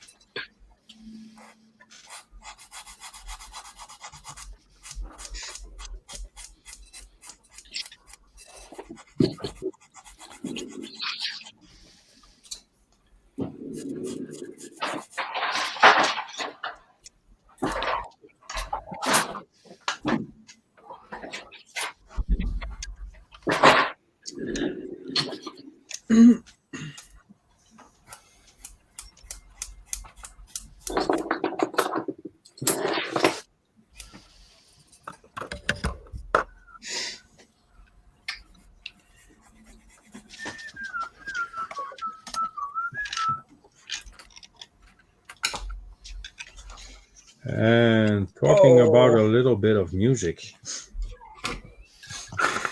Are you in the mood? Yep. You're in the mood. I'm in the mood. Yeah. Then let's do it. Stretch your legs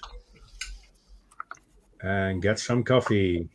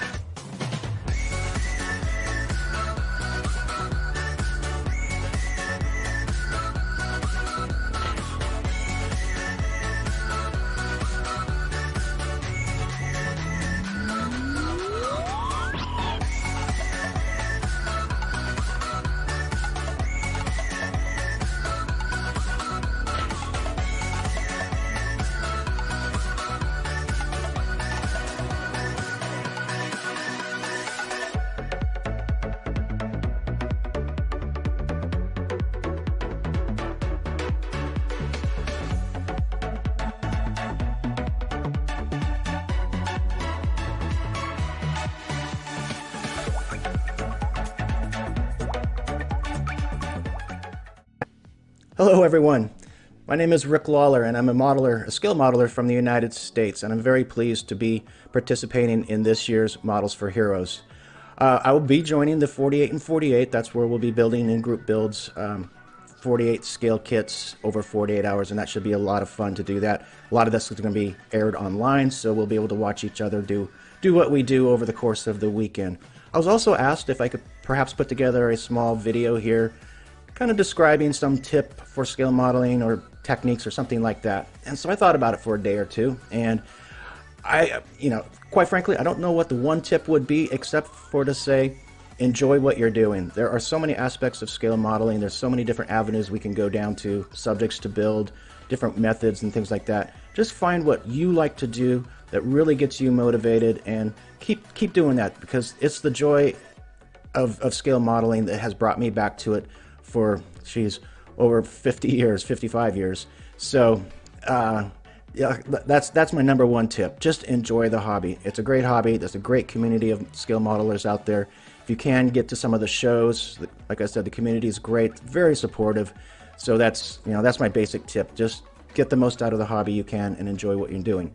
For the next part of this little video, I put together, I guess it would be kind of a techniques kind of thing. So in my own personal work, I enjoy doing dioramas and vignettes. Almost all my models are on some sort of a base, scenic base. So I thought what I would do is take us through a small vignette. There's no model on this. It's just a country scene. So the idea here, it's a castle ruins, a wall, brick or stone wall, and do some landscape out front, some groundwork. I'll take you from the beginning to the end of this. So hopefully there'll be a few tips and tricks in there that you'll be able to take on to your own models and stuff, and so you'll be able to incorporate in your work, or at least be maybe hopefully inspired, if not at least entertained for the next 5 minutes or so. So without further ado, we'll start rolling the video, and I hope you enjoy it and get something out of it. And thank you all for having me be part of this wonderful event. Well, the subject of this little exercise is going to be making basically a castle wall ruins, a stone wall with some landscape in the front of it. And so we'll be starting out with the carving foam. This is a low density carving foam, easy to carve the stones into. And when we complete this little episode, well, we'll have a little vignette looking just like this one pictured at the moment. As mentioned, the foam is very easy to scribe into and cut, just a few swipes with the blade, and we can start to cut out our pieces. And we'll also carve in a few doorways and windows along the way here.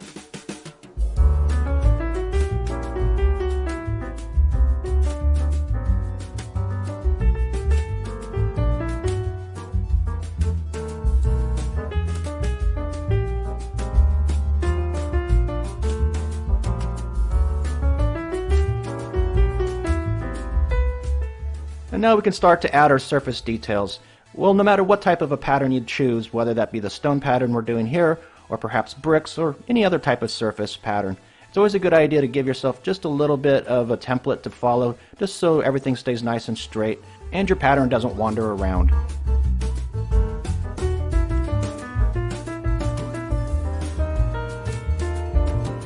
And now we can get started with our carving, and I've chosen to use a few different tools here, so I'll have some carving tools, basically dental tools. I can also use the tip of my X-Acto blade. That works great. Any sort of element that you can use to do some engraving, whatever you prefer, will work just fine.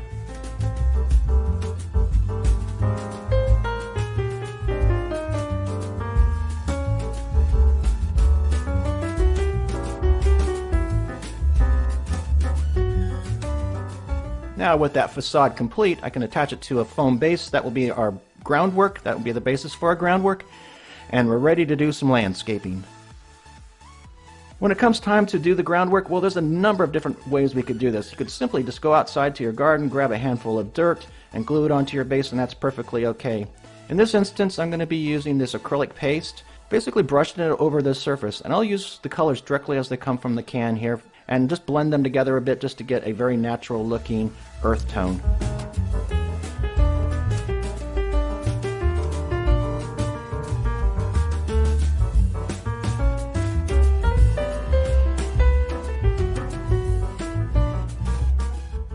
Next step, just a light airbrush over the facade of the stonework just to start bringing the colors together.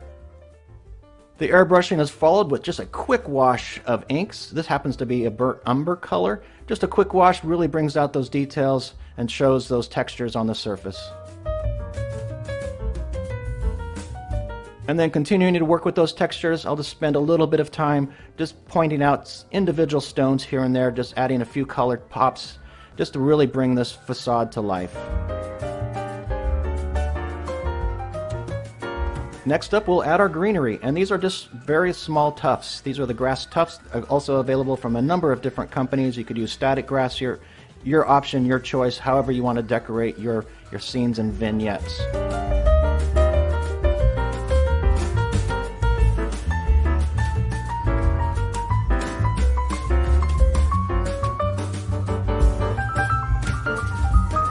Now finally, just a few finishing touches and we'll be complete. We have some wildflowers just to add a little touch of color here in the foreground. And then we'll have a few vines growing up the side of the building here just to really emphasize that aged aspect. And there we have it. We're finished with our small vignette. This really didn't take very long, and you can see very little effort involved. I hope you enjoyed this little tutorial, this little demonstration on a few techniques, and perhaps you can find something within this that you can use on your own modeling. To everybody out there, take care and happy modeling.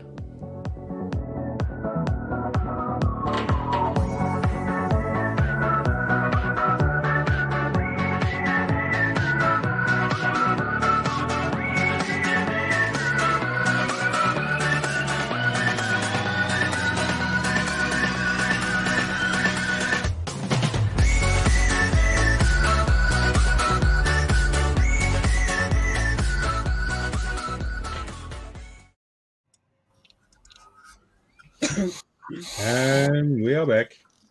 Yay! Yay! And give a warm welcome to the show. Hi, James. Hey, James. Hello, mister. Hey, everybody. How you doing? So, apologies for being absent. I am watching. I'm here. But nearly not right. And the voice is gone completely now. So, all thereabouts. So, a massive thank you to everybody who's donated. Keep it up. It's amazing. It's great that Dale popped in. Dale quite often pops into streams, all sorts of streams, and sits there lurking in the background. So the fact he said hello is a massive thing. So thank you for that. Yeah. I know it's all probably giving you a little bit of a, oh, Dale's watching. So that's cool. So thanks for that. But you're all doing an amazing job. The hosts are doing amazing, picking up the slack, and just keep it up, guys. Just keep it up. Okay. There you go. James, but no excuses. No excuses. Well, you're doing a great job, James, and take good care of yourself. Take your rest. Take your rest, and feel better soon. Yeah, thanks, man. I mean, I've had a bit of sleep. Every time I boot off, I go and have a doze. Good sleep last night, but I'm gonna be a bit.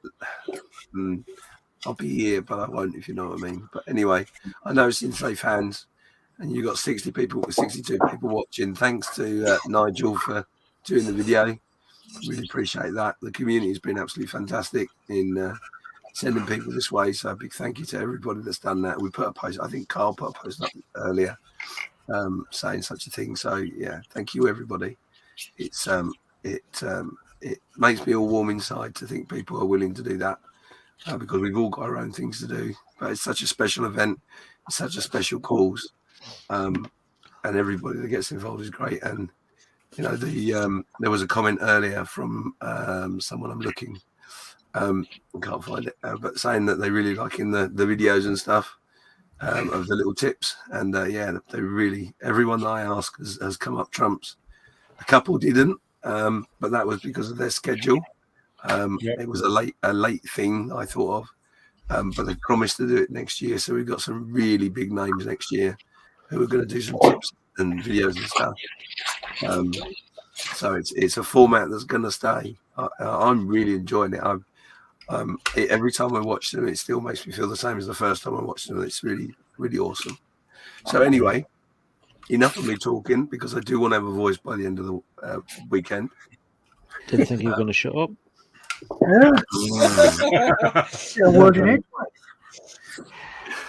Yeah, you guys are all awesome. Thank you. Anyway, stop highlighting me.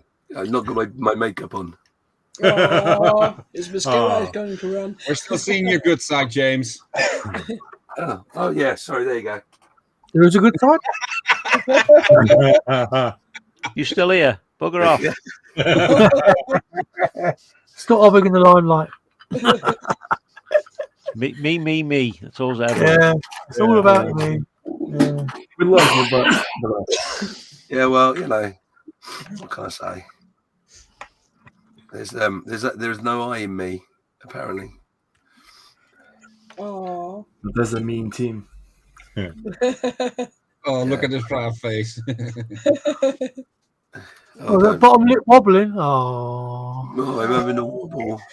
But anyway, on a more exciting note, as there are so many people here, it would be only fair, really, to queue something up for you, which would be cup of coffee. Oh, Oh, great. So for those that haven't been watching, we've done a little bit different this year in that we have got a main auction and some amazing stuff, but we have some flash auctions, which is just some bits, if I'm totally honest, that we just couldn't squeeze into an auction. But the upside is it gives everybody who watches over the weekend a good chance to have a bit of a bid on something and a snipe. So it's been quite fun so far. It's been well received. So yeah, I'm just going to get the script. I'm not going to lie, there is a script. Got to get your show notes.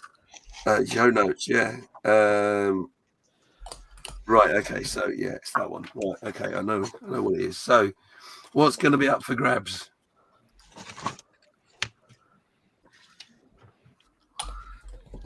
Yes. Oh, that's from our man Fred. Yeah. Interesting aircraft. Oh, there we go. So this is a very interesting kit because it has several aircraft in it. So I think, I'm not 100% sure, maybe Steve will remind me, but I got a sneaky feeling there is 3 airplanes in this kit. No, there's 2. There's two, two. 2 planes in this. 2 planes in this kit. 1/72 scale. But yeah. And if I'm correct, I need to go back to the drive. 1 second. I can tell you what sorry, I've thrown you under the bus, Steve. I do apologise. No, that's fine. Don't worry. It's just I can. That's fine. I need to go there. Because I can tell you what the actual kits are. There are 3 actually in there. Is there? Yeah. The Tupolev SB2 that you see here, and twice BF109. Let me just double check that because I looked I on just scale looked it up on ScaleMates. Yeah, because I had looked at it on scale mates, but maybe I got it wrong. Probably did so. So there you go. So what I'm going to do, he says, I'm going to let you dribble over that and think about what it is you want to bid. This is a UK auction only. There is £5 postage and packaging that will be added to your winning bid. So yeah, have a quick look at the bank account, see what you can afford, dig deep. We don't want you to overspend and put yourself in problems. But if you've got the ability to bid high, please do so. That would be very gratefully received, because all the money goes to Models for Heroes, obviously. So yeah, I'm going to let you dribble over that for a second, and I'll be back because I haven't got the timer in front of me. Oh.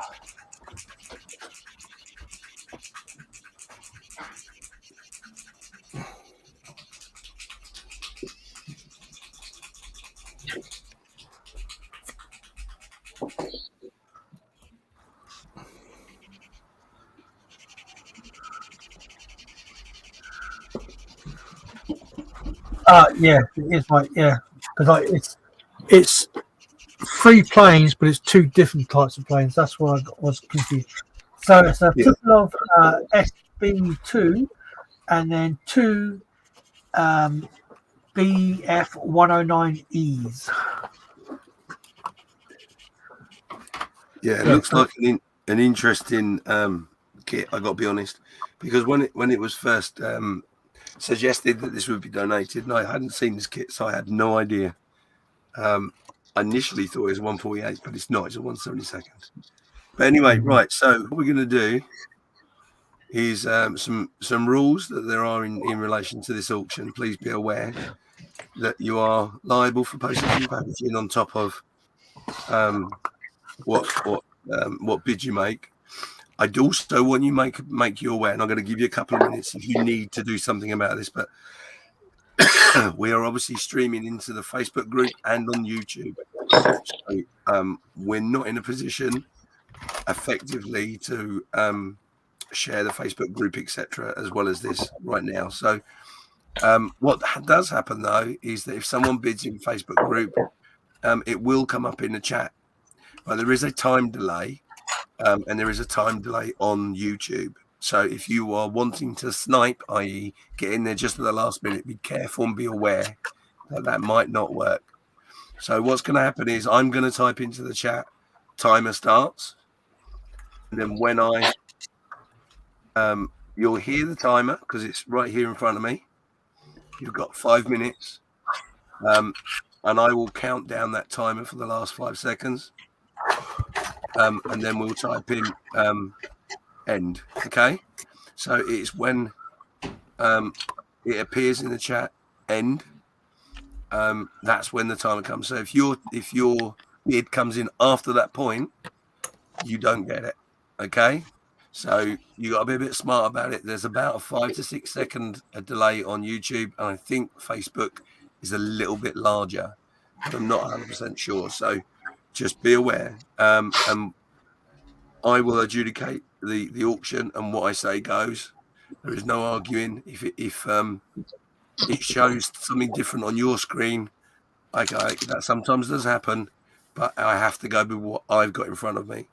So good luck, everybody. I'm going to start the timer any second now. I'm going to count down to 10, and then we'll start. So let me just make sure I've got all my fingers in the right place. So 10, 9, 8, 7, 6, 5, 4, 3, 2, 1. Timer start. Lift off. So 5 minutes, guys. Make a bid. Be generous. Fred at Modelers United has been a great supporter last year and a fantastic one this year as well. So thanks to Fred. And we've advertised the bejesus out of all the auction lots, but you've not seen these flash lots until this weekend. So special. 66 if you're watching. Get some bids in, guys. And hopefully we can raise a little bit of money for Models for Heroes. So Plastic Alchemist is in with £25.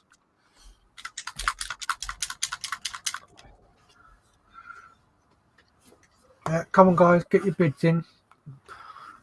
This is, you think you're getting there 3 kits in one package, yeah? Yeah, it's got to be worth the money, isn't it? That's got to be worth that alone. Definitely. At 25 from Plastic Alchemist at the moment. It's a bargain. Yeah, really is. Nigel's modelling bench is in there with 27. Nice one, Nigel. Oh, well done, Nigel.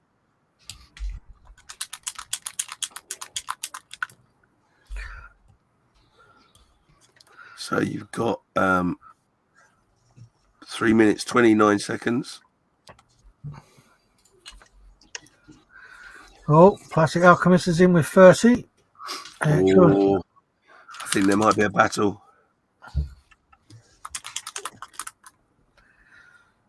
That's for a great cause, guys. Yeah, it's a great cause, and you're not missing out in any way. Right. So that's a good kit. It's a win-win. Nice. It's a win. It's a win-win.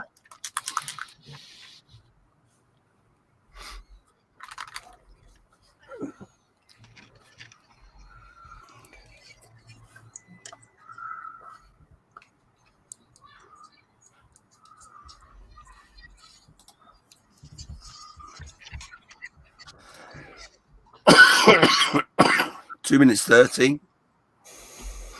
Oh, I got a snaky feeling there's some people sitting in the background getting ready for some sniping here. It's going to be a bit of a rush at the end. Playing his cards close to the chest. It comes from Plastic Posse Alchemist at the moment.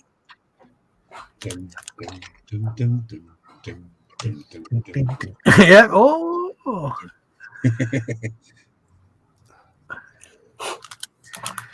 Yeah. No, here we go.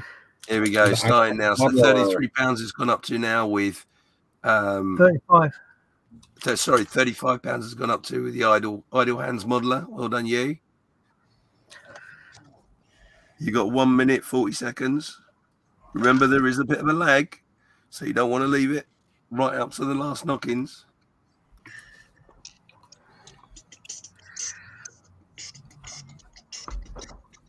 A bit of swiping might be going on. I think. Oh. 1 minute 30.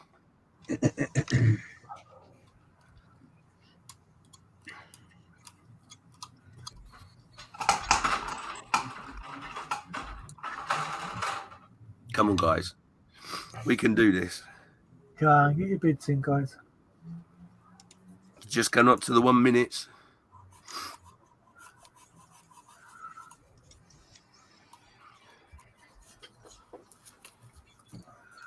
So 1 minute to go. Steve, can I leave you to highlight the highest bid for me? Yep. Otherwise, I'll be close to multitasking and that'll just create all sorts of problems.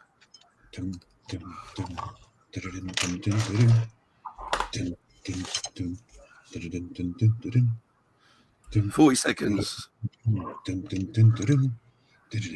Hi, Jim. You've just joined. We're doing a bid on an auction, 1/72 over Spain. 3 airplanes in that kit. Dig deep. You might be able to snipe it from everyone that's bidded. Come on.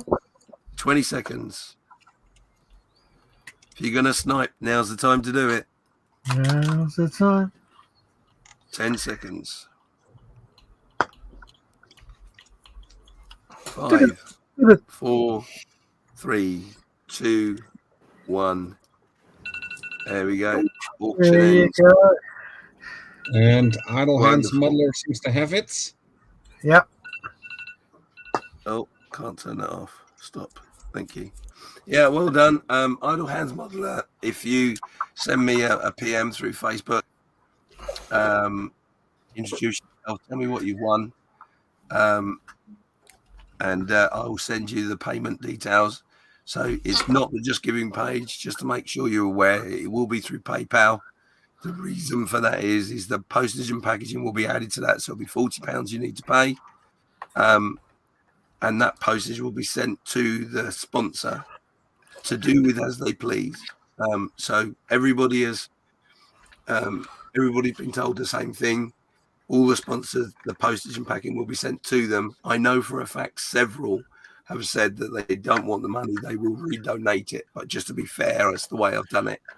And we obviously, there's no questions that we're up to any fiddling or anything. So yeah, drop me a PM, James Giffins on Facebook.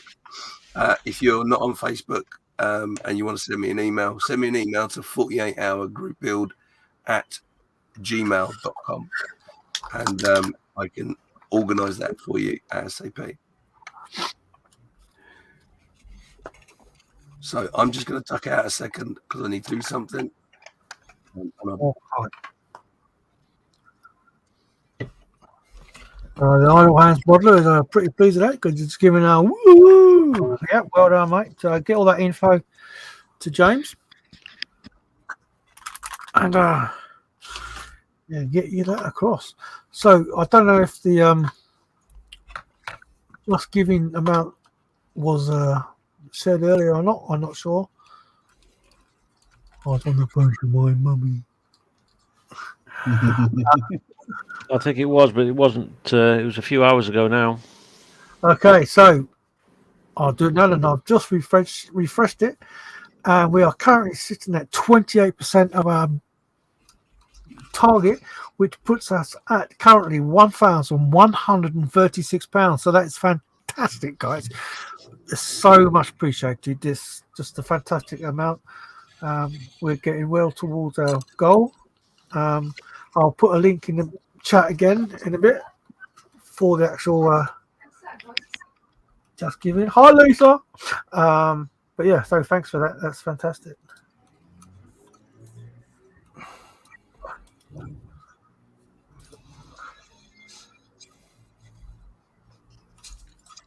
So there you go. That's the link for the Just Giving page.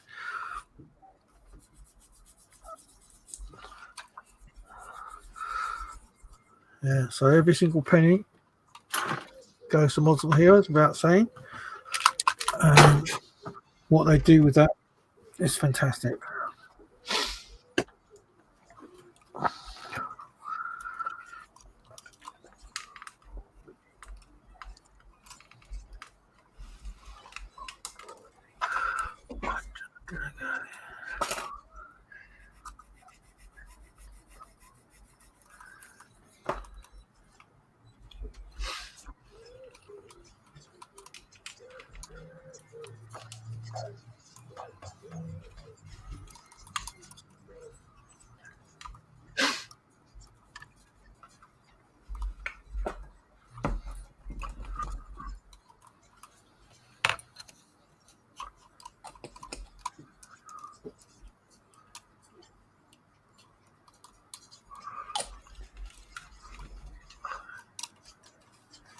And with that, I think just a few words of encouragement.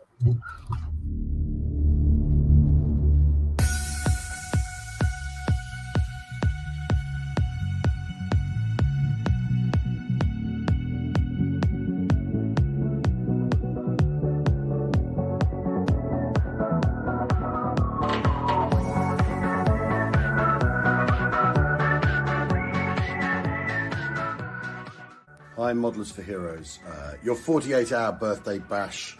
It's Al Murray here at my chaotic bench. I'm making a dragon sexton, but in 1/35th. I'm sorry. But all the best with it. You're doing amazing stuff, helping people with this charming hobby that I have returned to in recent years. Good luck with it. Cheerio.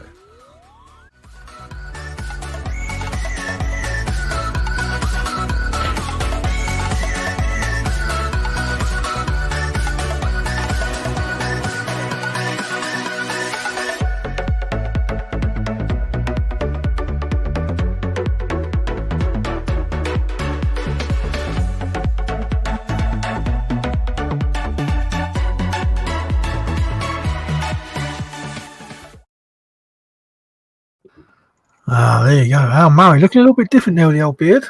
Looking different with since he did 2 pints of lager and a packet of crisps. Oh, yeah. And I just remember him at the bar with his pints sloshing it everywhere. Yeah, and who would have thought he does his modelling as well. So, yeah, great guy. Another one that we looked at asking was Jonathan Ross, believe it or not. He's big into his modelling as well. Wow. Hopefully next year. Maybe next year, yes. Maybe next year we'll get one of them on.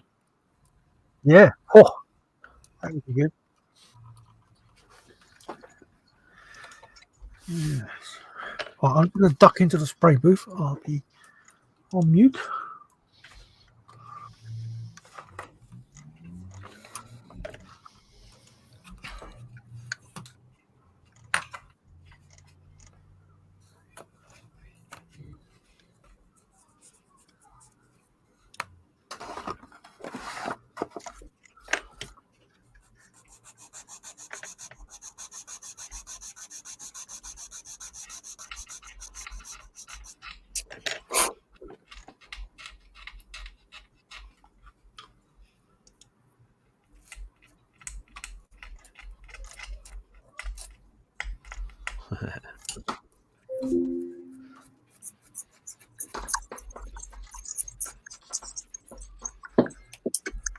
Stand by your beds.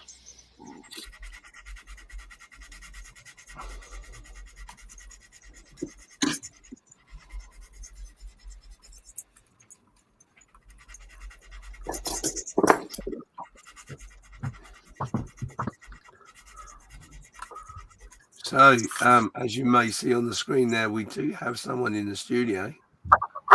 Well, everybody's coming in the studio now. Yeah, we've got a special guest today. There won't be a picture, but there may be sound. And it's Dale from Airfix. How you doing, Dale? Good afternoon, Hi, everyone. Dale. Hi, Dale. How you doing, mate? How you doing? Good afternoon. Great to see what you guys are up to. Yeah, Good for you to pop in, Dale. Malcolm's had a haircut as well. It's great. I have. Hello, everyone. We tied him down, Dale. I've had a haircut a week or so ago. So. Whatever you do, Dale, just don't mention T to Malcolm. Yeah. It's good to see you, Dale. Are you out and about? Are you out anywhere exciting today? No, just weekend off. Out and about on Monday. Got a visit down at Portsmouth. And but yeah, go and see some cool stuff. Fantastic. Have you been watching keenly? Always. I'm always lurking in the background, as I like to describe it, as James knows full well. He's a lurker. Lurking in the background. Yeah, so beware. Any time Dale could strike. Oh yeah. And what have you enjoyed so far? Of what you have watched? Well, just the whole thing, really. You know, the way that the bids are conducted. There's James texting me. You know, just the fact that everyone's just sat here building for an amazing cause. As you well know, I'm a big supporter, and the Airfix is a big supporter of Models for Heroes. So this whole thing is fantastic. So it's great to be involved. So yeah, the way Airfix get involved is we accept flying hours. So if you have any flying hours on your Airfix boxes, you can cut them out and send them to Models for Heroes, and then we can exchange them for many model kits we have in the past. I can't remember how many we had last year. We usually exchange them at Scale Model World, don't we? But 1,400 flying hours, I think. Yeah, something like that. Yeah, it was definitely in the thousands, wasn't it? Uh-huh. So we took those back with us, and we put a shout out the week before Scale Model World with the aim of filling your van up, Malcolm. Which I think we did a pretty good job on, didn't we? Yes, I think so. So on the Saturday morning at the Models for Heroes stand, we were 3 deep with people passing kits on across, and it actually was almost like a concert. People passing them across the top because they wanted to get rid of them so that they can go and buy more. They want to hang around with their donations. But yeah, that was very kind, and it just shows, I guess, your reach, but also the power of the community. Of model builds, because everybody seems to know and seems to recognize how much it helps, and how and that everyone wants to share that. Yeah, I mean, obviously the charity is it's a fantastic cause, and whether modelers are ex-service or blue light or whatever, or not, I think everyone recognises the importance of the hobby for mental well-being and mental health. So, and everyone wants to do something and get involved. And the least we could do was put out a couple of posts ahead of Scale Model World and shout out about what they could do to help that weekend, particularly. And then, as you've already mentioned, the flying hours. And then obviously the making paint and bits and pieces that you guys get up to that we support. So yeah, it's great. Yeah. We had the Tank Museum was the last one we're at, and I think the next one we're doing the Donate and Create is the Tank Museum again at the Tank Fest. Oh, cool. Yeah, so we'll be there with all the model kits again. Those are really fun actually. There's a vast array of kits that get built at those things because it's all families, and then the dads and mums the mums usually want to build some sort of fantasy figures, and then the dads want to build a tank, and then the kids don't care what they build; they just want to put something together and paint it purple, and they always come back to pick them up at the end of the show as well. At the end of the show, they come back and get their dried pieces. So yeah, it's really good. It's really good. So spread the love of the hobby. Fantastic. Yeah. You're doing a great thing, Malcolm. Cool. Good. So yeah, thanks very much for joining us in. I think there's lots of really cool builds going on. I don't know if you're on the Model Officers Mess on Facebook, because there's a whole post up there about called SitRep, where all people are putting up pictures of what they've done or what they finished and what they're working on. So I don't know if you've seen those, but there are some incredible builds. People working very, very hard trying to get those done in 48 hours. Cool. You got any modelling on the go, Dale? Are you a keen modeler? I haven't got any modelling on the go at the moment. As you know, Malcolm, I've got a 6-month old child, which is somewhat distracting when you get home. So any spare time is obviously with them. So you are moulding a child. If you like, yeah. Well, we all know how distracting they can be, indeed. And so finding any time to yourself at all is difficult. But I think my problem is that surrounded by some great modelers in the office with some amazing new product coming through, I've got my eyes on some 35th scale ferret test shots at the moment. So hopefully I shall pick some of them up and build one of them before it's released. Yes, excellent. I'm really looking forward to the ferret. Really good. Yeah. That'd be nice. Nudge, nudge, wink, wink. Yeah. Not sure how many ferrets you can fit in trousers, though. Well, it all depends on what type of ferret. Yeah. Is that a ferret in your pocket, or are you just happy to see us? Well, I might have to nick that for the marketing campaign for the launch of it, So was it Compo from Last of Summer Wine? Keep a ferret in his trousers. I think the title we used for our email yesterday was Airfix ferreting about or something like that. But ferreting around. Ferreting around. Yeah. Well, that's cool. Well, guys, you got any questions for Dale while he's with us? Let us know. James, if you want to let me know what you want to do now, let me know. It's gone quiet. He's not very well. I don't know if you've heard. James picked a very bad weekend to be put poorly. Oh no! We were just texting a little while ago, and then he was just on the camera then, and he didn't look great either. He never does, but no. Well, that'd be nice, Malcolm.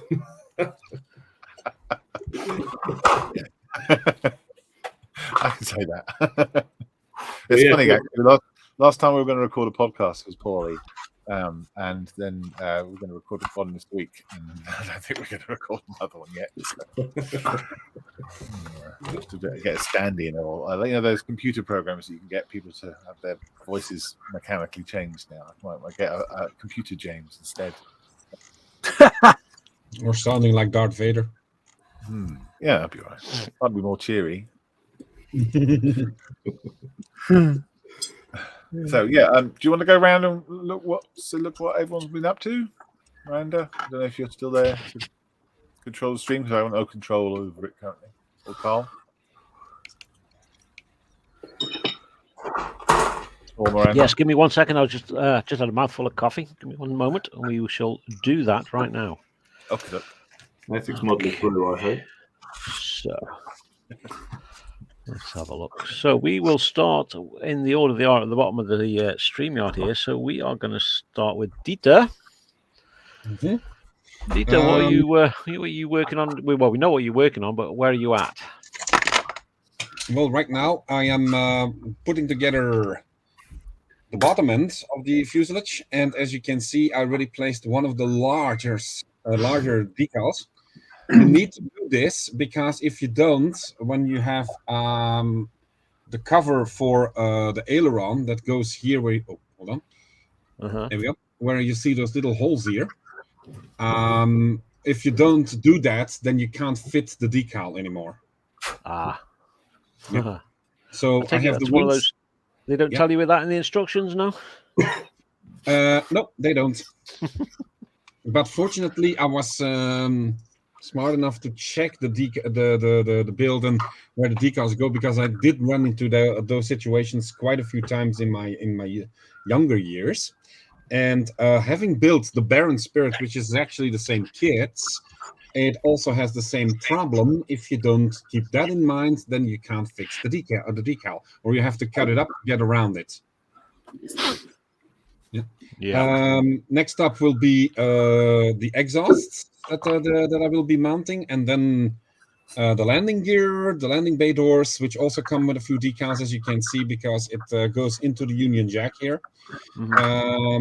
So I am looking pretty much to be close to 2/3 done on the road by the time that we hit midnight. Nice. Looking good. And next we have Dominique, who's building about 15 models this weekend. No, I finished my model. He is done for now. He is drying the little putty what I used on this. And so that is drying, and I think tomorrow that is dry, and then I can sanding it a little bit, and I can spray paint the base. And the base is scratch built. A little styrene plate and a little bit evergreen. And that's it. And the model is finished. Nice. Cool. Only a clear coat, but that is for tomorrow. Yeah. Nice. It looks really nice. I'm really happy with it. Excellent. Good stuff. Okay, so next we do have Steve. Hello. So, how's your progress, Steve? Yeah, not too bad, mate. Not too bad. Got the fuselage all glued together, and the wings are done together as well. So this can sit on there. And I've just sprayed the undercarriage. It's all comes with one housing there. So I just got it's partly the interior green, and then the rest of it's going to be hand painted with the other colours. And then I've started to spray the same colour for the engines, because the bottom bit around here needs to be green, but then the actual engine bits itself are done on a metallic black. Yeah. Which I will hand brush. And then and I'm just doing the rear tail section. But yeah, going together really well, so I'm pretty pleased with it so far. Excellent.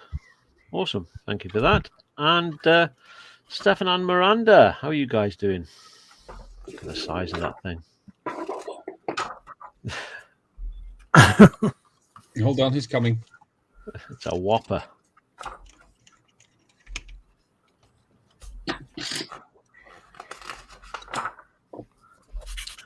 That's looking lovely. That 3D print. I think that they still have to unmute. Yep. She's doing a great progress on a figure. Looking good. And yeah, she's doing fine with it. The autofocus don't work on this. On this video. Put your hand behind it sometimes, that helps, but yeah. That's looking cool. Well, I'm sure the beauty shots will be going up soon. Yeah. We made a few great pictures and put it in the... Nice. Darker skin tones aren't the easiest. They're more difficult than pale skin tones. Yeah. Absolutely. Yeah. Very nice. For me, I've glued the fuselage together. So what's inside you can't see anymore, but luckily we have some pictures of it. Yeah. And making a little progress so I can build the engines together this evening, and then hopefully I can get some priming done in this beauty, but I don't know for sure, but we will see. Nice. Thank you for that. Thanks. And next we have Plastic Alchemist. How are you getting on? Going on alright, not as far as I would like to, because I would like to be painting the cam already, but a few issues with the fitting delayed a little bit, but so far I think everything has been resolved and soon we'll be on primer. So Still regretting your choices? Kind of. I'm glad I went with the advice of an expert, aka model officer. It's a loose term, that.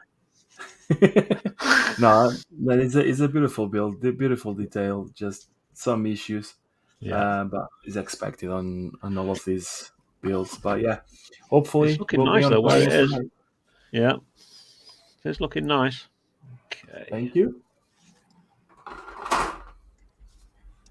And next we have Mr. Gary.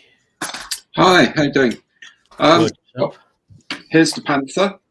You can see that I spent quite a lot of time doing the pilot figure on there. Yeah. Nice. Gave him some flight badges and all sorts of things like that. We have got the first set of masking done on the canopy. It's a bit like on the Buccaneer. There's like you do the interior color, then you have to take these masks off, put new masks on, and then spray it. So you get like a black line around the side. But that's all done. I'm making some masks for some of the other bits, and I've made a scratch-built palette of camera lenses to go on the under the nose. Nice. Because the things that they supply a little cutout on the instruction sheet. Unfortunately, they're about 80% too big for the actual ports. So I'm making my own. The other thing I've got on the bench doesn't look very much, but that up there is my replacement rear canopy for my 124th Spitfire that I broke when I was doing it. So I've been doing that, so I'll spray that pink later, so that can go onto my pink Spitfire later on as well. So that'll be finally done. Dale, if you're still there, please, your spares people pulled it out the bag for that. Thank you very much. I'm still here, Gary. I'll let them know. Thank you. Yeah, it's brilliant. Really good service, mate. They did you proud. So yeah, that's that. That's all done. Excellent. Thank you. You did a cracking job on that spit, by the way, Gary. Nice work. Thanks, man. I've really enjoyed it. We have the man himself, Mr. Skiffins. Are you able to talk? Good. Next, we have... No, I'm going to explain this by interpretive dance. So excellent. But no, so what I've been doing is I've been working on the base. The bike is around in prime. I haven't done much more than that, but this is what we got on the base so far.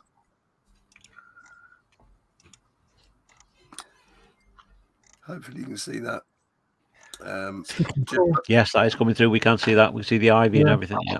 So I've just done the first coat of the floor, and I'm going to let that dry. And while that's letting that dry, I'm going to make some corrugated iron to go on the roof. Nice. Because I can. Very clever.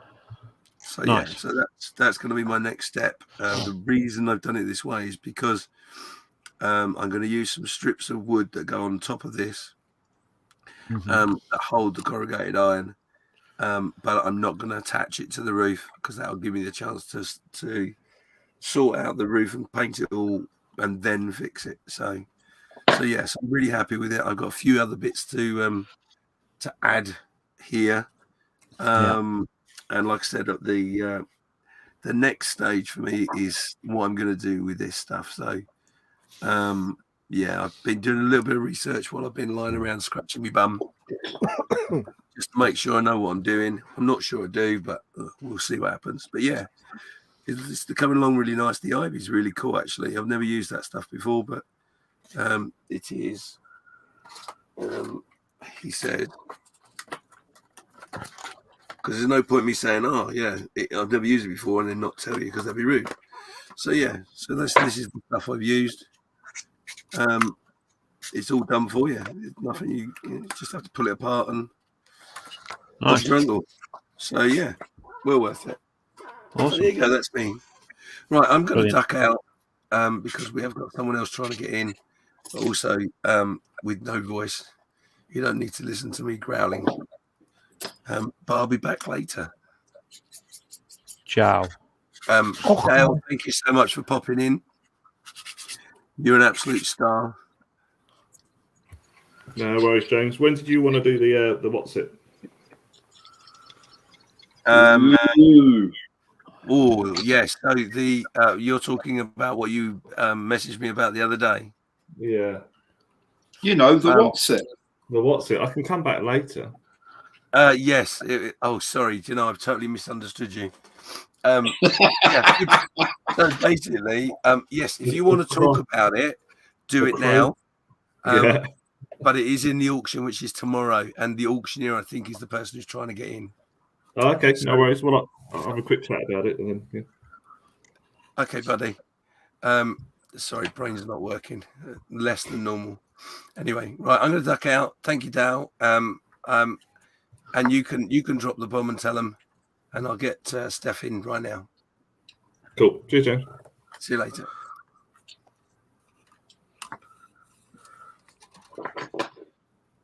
Well, I guess Right, we'll just have a quick update with Malcolm, see where he's up to. So, Malcolm, how are you getting on? Where are you up to? Right, so this is the 148 scale Tamiya Nashon. This one here. And yeah, I'm doing very well. I've made lots of progress. So here's the main hull. All the tracks are done. It went on very, very nicely. They're all separate parts around the outsides, around the front and the back. And then this is the whole part underneath, 2 parts either end. And then this is just, plastic, hard plastic with that sag molded in. Same on the other side. All the wheels very easy to put together. The hull went together very well. I haven't glued it because I want to be able to get to paint under here. So this the whole part hasn't been glued on yet. It's just been blue tacked in. So that's going to be easy to paint. And then so that's parts done. And then I've also just about finished the weapon 88, side isn't of it? things. Sorry, Carl? It's an 88, isn't it? It's a gun. 88 mil, I think. Maybe it is. Yes, I think it is. Yeah. Yeah, same one that's in the Tiger. Ah, yeah, heavy anti-tank weapon. Yeah. So yeah, I've put that together, and it's really fiddly, as you can see. Yeah, it looks it. Little tiny bits, and every single thing fits delightfully. Nice. Not an issue at all. It's just really fiddly. It's the only trouble, and you kind of have to juggle whether you're going to get fingerprints on it or drop it. There's no in between. Yes. So you've not broken out the sprue goo yet, then? So again, say again. Broken out the sprue goo yet? No. I've had to sand a couple of bits and add a bit of filler. See, on the muzzle here, it didn't. Yeah. When I taken it off, I think I over sanded it, and there's it's tiny seam lines on here that I got rid of. But no, I mean absolute minimum clean up. And a little seat there for the dude when he gets painted. There is one guy to do to paint up. But yeah, the whole mechanism works here. It did go up and down, but now I've now glued it in because it was just getting annoying, getting all moving and everything. So that's going to go on hither, Barsley.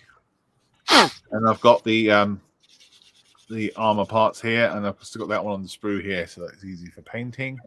and those are going to go on the front. And yeah, and there's still lots of details. So on about here, there's still lots of details to add on, ropes and bits and bobs. Yeah, I'm really enjoying it. It's a lovely build. Awesome. And what about yourself, Carl? How about you? Oh, you don't need to see my rubbish. Yeah, come on. No, you don't. Right. What are we doing next? As Dale, are you going to you got an announcement or? Yeah. So one of the things that I've offered to the charity for this for a bid is a trip down to Margate, down to Airfix HQ for up to 4 people for the day. And we'll show you around our trade showrooms. Obviously, we look after you for the day. We'll feed you, water you. You get to meet the team and stuff. So hopefully that's of interest for a few of you. Most definitely, yeah. Most definitely. You get to see some the old factory floor, which is empty, but So it's pretty empty in it these days. it is. But there's still some tools stored up there, which you can some old stuff laying about, which you can sort of work out what they are, which is pretty cool. Gary and Malcolm have been there before, so you both enjoyed it, didn't you? It's brilliant, really good, because you can see what you're going to do as a vintage classics next year if you keep your eye open. Yeah. They happen to leave a mould laying around, yeah, Gary. Yeah. Not anymore, Gary. Yeah, they've moved that mould. Yeah, I know. Not since the Rotodyne. I don't. Yeah. Oh, I'm just going to duck out so you can get more people in. Okay. Yeah, it's a brilliant day out though. It's a brilliant place to watch, and being able to talk to the team, the designers and people like that. They're really friendly, really knowledgeable, and great people, really good people. It's always fun to catch up with them. You think they're fun at Telford? You wait till they're on their home patch. They're really good, really good. Yeah.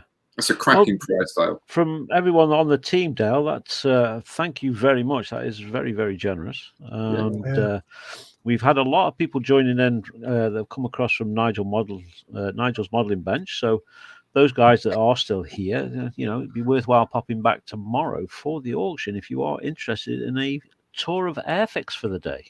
So, yes. Yeah, that so is amazing. We've said up to 4 people total. Obviously, you've got to make your way down to Margate and everything. But when you're there, we'll look after you. Yeah. And I'll make sure that the team are around and they get to wander down and come and say hello. Amazing. That'd be a really nice prize. Yeah, it looks a nice place. I've been watching the Hornby thing on the Yesterday channel. Oh, yeah. And they've been showing the bit and everything like that. And they're just about to, I think on the one I'm about to watch, is your development of the new Spitfire, the 124 Spitfire. So that's correct. Yeah, Monday's episode is the Mark 9T. So there's obviously there's a bit of a TV magic with that. Clearly, that kit has taken the best part of a year, 2 years to actually develop, and the film crew were in the office for less than a year last year. So as you can imagine, there's a bit of fudgery that's had to happen there, but you get the gist of it all. So which is good. Yeah, it's been interesting watching that, all the different factions of it. Yeah. Well, if you bid, you'll be able to see the guys themselves in the flesh, and they'll be able to tell you the real story. They are. Yeah, I'm hoping we're going to get the Spitfire next year, maybe. Yeah, there's now plenty of them. Obviously, making that in the UK, that was a different challenge to supply demand there. But I'm pleased to say that we're over that hill now, which is great. So. Good, yeah. Because I have a history with the 124 Spitfire, so yeah. I'm not sure I dare ask there, but I mean, it is the original kit is obviously showing its age somewhat. So yeah, somewhat. I'm going to leave it at that. I'm not going to say anything else because Not on Steve's bench. No. No travel to Kent. Yeah. No, Well, he's yeah, living no, in Kent, that's awesome. So I know Margate quite well. Down to Margate. It's down Yeah, to it's down the bottom of Dreamland. my garden, Go Margate. down to Dreamland. Hey guys, I go to eat. No worries, Dominic. Thank you for coming in. Yeah. We'll see you tonight, yeah? Yeah, maybe I come tonight back. There's place for me, then I am back. Yeah. Gary. Yep. Plastic Alchemist. Yep. And yeah, nice to meet you. You too, Dominic. Likewise, and the Dominic. man from Airfix, nice to meet you too. Yeah, and you. Take care. So, See you later. See you, Dom. See you, Dominic. So, Dale, a quick question in the chat from Nigel's modelling bench. He's got a question for you. He's saying, Dale, when is the new Austin truck due out? So the British Army 30 weight truck is due out in July at the moment. So that's July at the moment. That I can give you, but you know, July-ish. July-ish. Certainly no sooner than July. Okay. And Emma is asking, are we going to see a 148th Harvard from Airfix? Well, that would be nice, wouldn't it? I mean, that has been a discussion in the office, just Harvards in general, actually. There you go. 72nd, 48 scale. Uh-huh. We know the Wacky Wabbit, the owner of Wacky Wabbit. So we had a call with him the other week just about some general marketing bits and pieces. So, yeah. Never say never. This is what we all say. No. I also have a question, if I may. Yeah. Yes. Any chance that the Saturn 1B would be reissued anytime soon? Yeah, the molds are looking pretty good for that, I seem to remember. So, as with most space stuff, we tend to sort of tie it around an anniversary or something. Then the year after, we would then bring out any sort of supporting products. So I can't remember when that was last released. I'm sure someone is now tapping into the scale, mate. and checking, but, Someone's Google's on Afterburners. Yeah. So the last anniversary would have been 2018 for Apollo 7. Yeah. And considering that all 3 astronauts died recently, that would be a great moment to bring it out again. Just throwing it in. Yeah, no, I'll take that on board. Okay, thanks. Yes, you know they're going to come in thick and fast now, Dale, don't you? What about this? What about that? Yeah, go for it. I've got 5 minutes, so then I'll jump off. But so, model making Haggis is asking, what about a Wessex from Airfix? Yeah. We are. There's a few of us that are big fans of helicopters and tanks and stuff in the office at the moment. So yeah, you never know. But I'm never going to machine. Yeah, I mean, you can ask me if we could do things, but I'm never going to be able to commit to it. So It's like he's never going to say, "Oh yes, well we've got that coming out." Yeah, next year. There you are. Yeah, that's in the plan for 2045. Quite possibly, yeah. It's in the CAD stage now as we speak. Luke went and scanned one last week, actually. Here we go. Always a good way to start a rumour off. And I don't know. That's it, mate. It'll be going all around now. Oh, did you know? He said. Exactly. He said, and you know, we'll cut that clip out of this YouTube stream. I don't know if anyone watched the. I hope you all did, but the Sprue Talk Live we did the other week, and Matt was explaining that when the guys went up and measured a cockpit up at Duxford, they opened the cockpit up to get loads of photos and measurements inside, and they closed it up, and then about 18 months later they went back and. The cockpit, the tape measure. Yeah. The tape measure had been sat inside the cockpit with Airfix written on it for over a year, but no one had ever spotted it or anything. So they are. So maybe we start leaving stickers around. That'd be something to do, wouldn't it? Yeah. It'd be funny if another manufacturer went and took some digital pictures and ended up with an Airfix tape measure in their kit. I don't know if I could deal with that, to be honest. But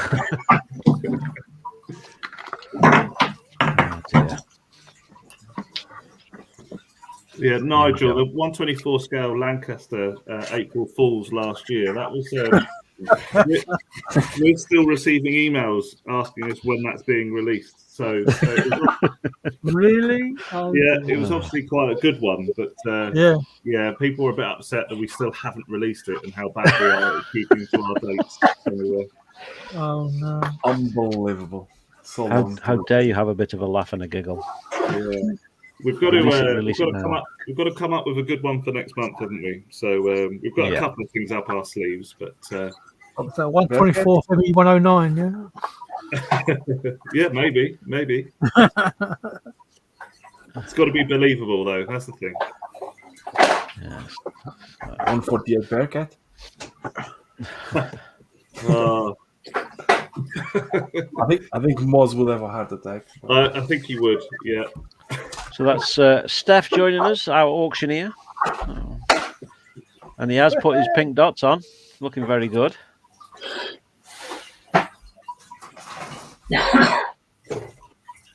So, Steph, show us where you are up to and what you've got done. Let's have a look. Okay. This is the base done. So that'll get glued to that, and it'll go in a frame. And all we've got to do is just clean it all up now. Nice. Looking good. Cool. Very, very different. Yeah. Completely, utterly different. So I thought, yay! I shall do that. Have I missed much? Not really. What are you doing there? Just taking a wash off? Yep. Taking the worst of it off. And then I'll give it a bit of a dusting. Yeah. And then see where we are after that. It's just fast now. Excellent. Looks like we've been joined as well by Nat and Lewis. Hi, Nat and Lewis. Evening. Morning. Afternoon. So, come on, then. We've literally just gone around everybody. So, show us where you are, what you're up to, what you've got done. You a gent. Right. This is as far as I've got so far. We have a complete. Ooh. We have a plane built in essence. Nice. I'm literally just about to mask off the canopy to get the black outline. Yeah. And then the whole thing is going to get masked so I can prime the plane. Yes. Cool. Yeah, slowly but surely, I'm getting there. Looking good. Nat, quick question. Yes. Are you going to use the decals? I'm hoping to. My plan is to get it painted tonight, so I've got a full day for decals tomorrow. Okay, what I'm saying is step 15 A and B.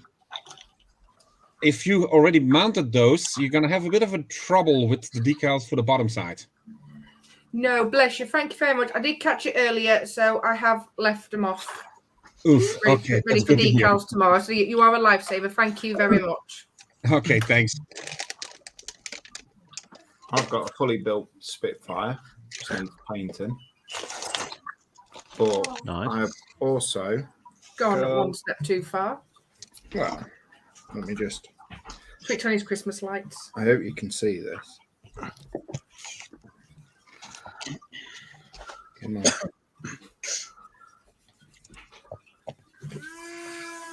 Oh, you got a motor in. Nice. Go. Excellent. Oh, So, yes. I wondered what that was at first, but It's a scaled down Merlin engine. What did you expect? I was on a different tab on my browser, and Coming from Lewis, that could have been anything. I don't know what you mean, Steph. Connor and I Paige, bloody close do, your and ears. so does Nat. Yep, kids, close your ears. Fake taxi ring the bell. Yeah. Paige, would you like to show your? No, it honks a horn. We got 2 seconds. Paige wants to do a little show. Oh.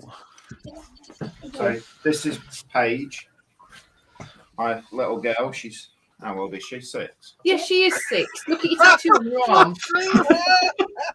You have to think about it. Whoops. Another message. 6-ish. Another message. Words. Hold on. Oh, brilliant, Paige. I've had an It's idea looks because lovely.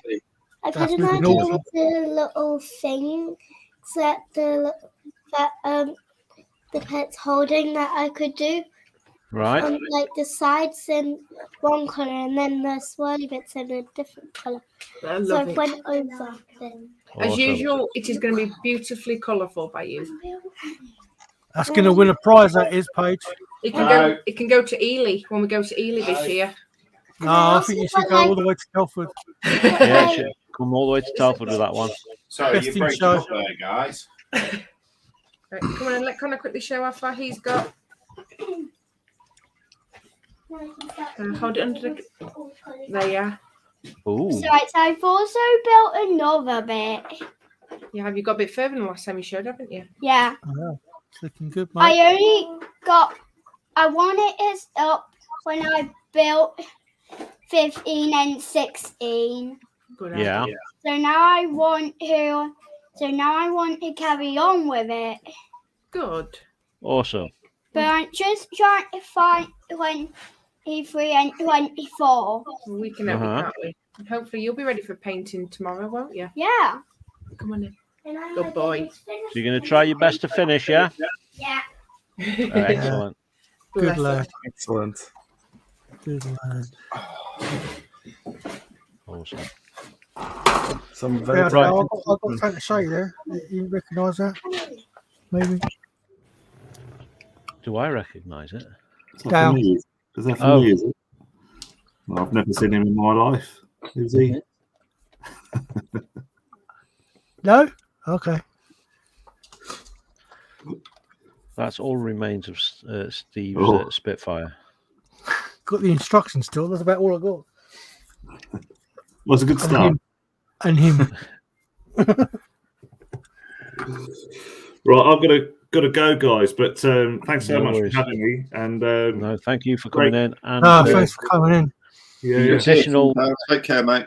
thing you Keep give them for the keeping auction tomorrow. Yeah, hopefully I'll see four of you soon. So if Yeah. I may, Yes. Yeah, we're planning on coming to see you, Dale. Yeah, that sounds like more of a threat than anything. So, yeah. Well, I'll bring the kids and leave the wife. That'll be a bit. Right, if I may, Dale, before you scoot, Yeah. especially I'm doing all the auctions and everything. Just want to say a huge thank you for the prizes you've donated. They're awesome. No, our pleasure. Our pleasure. It all goes to a great cause. So just remember that Yeah. when you're busy. So Brilliant. Thank Yeah. you very much, Dale. Really Brilliant. appreciate it. I'll second that. Cheers, Dale. great to see you Cheers, all. mate. Cheers. Thank you. Thank you. Looking forward to Mondays yesterday. So good. Right, so I do believe someone was trying to get in, so there is now space. Be quick. Who I was should trying to drop out get in? shortly to allow somebody else in as well. Yeah, I've just popped in for a sec. I've got to pop out for my tea in a mo. What time is it? Crikey, it's 5 o'clock. Yeah, me too, shortly. Don't call me Shorty. I can call you many things if you like. Off air, mind. Now behave, everyone. No. Well, just to give a quick update, if that's all right, the Just Giving No. page is currently at 32%. So we've got £1,296. Thanks very much, Wow. guys and girls. Wow, That is that is fantastic. awesome. Thank you very much. So, Fantastic. yeah, and that's not including the auction lots as well. So, Oh, no. Oh no, we're in trouble. Hi, Yes, James. good. So yeah, I just Oh. wanted to pop in very quickly. Massive thank you for Dal Hi. for popping in and giving his time. Really, really appreciated. Dal and I for quite a while have chatted and stuff. And I've been privileged to be invited down and all that sort of stuff.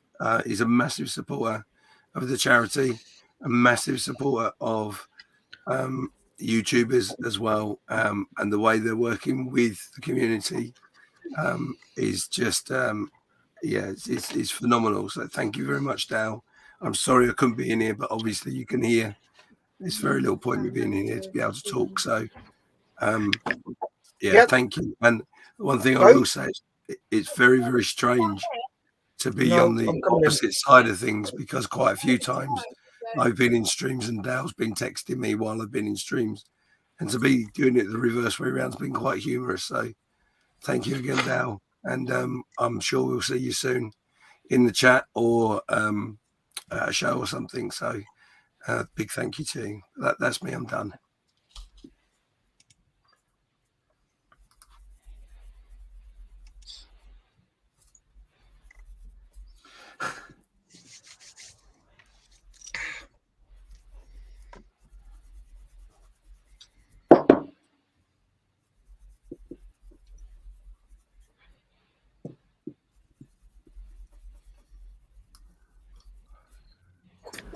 Well, that killed the room, didn't it? I'm stone dead. What? No, we just The bottom we start on our best behavior. Yeah, don't. Well done to Lewis as well for controlling himself, babysitting and obviously working well. And a big thank you to Connor and Paige for getting involved. You're not the only children involved in this event. There are a few in the background with other people, which is wonderful to see. So anyway.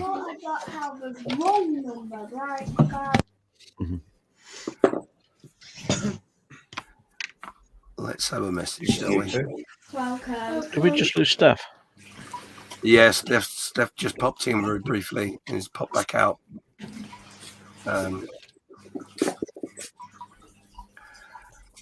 Let's go to.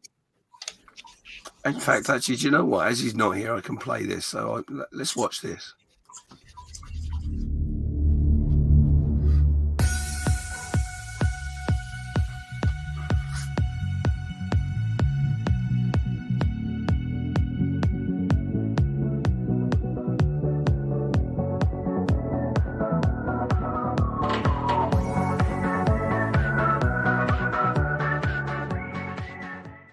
Hi, I'm Steph. I'm a volunteer for Models for Heroes.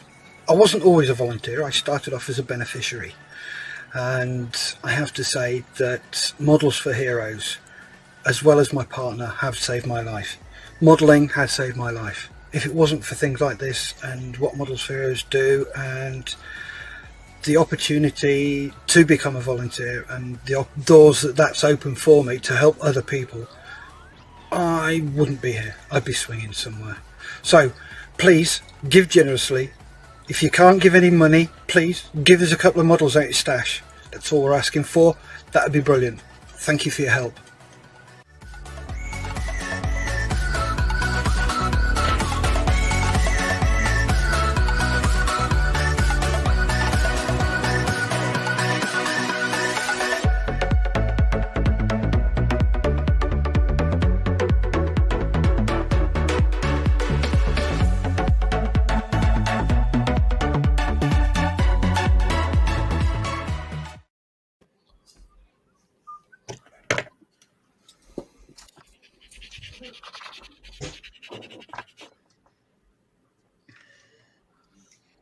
There you go. If you ever wondered what the charity does for people, that video sums it up quite nicely.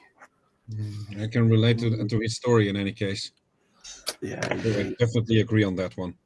Yeah, it may be a little bit morbid, but it's true. Yeah. Sometimes a bit of bluntness helps. Yep. So one thing I want to very quickly try and talk about is if you weren't aware, we have a young gentleman with us this year called John Marley. He's in Australia, and John is an ex-serviceman, recently retired through health, and he is in the process of trying to set up and start a similar charity in Australia called Piece by Piece. Now it's very, very early days. We were hoping to be in a position to help him launch it in this event, but that's not worked out, unfortunately. But we are going to be right behind him, as well as Scale for Vets.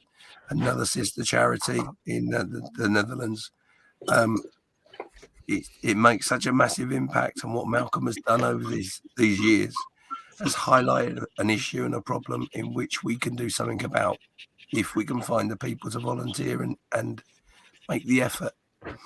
So John is in the process of sorting stuff out. He's already had some offers of help, and he hasn't asked for anything, but he's had offers from help from manufacturers. Outlaw Paints have already agreed to get right behind him. Icky Sticky is a company. They're going to get right behind them as well.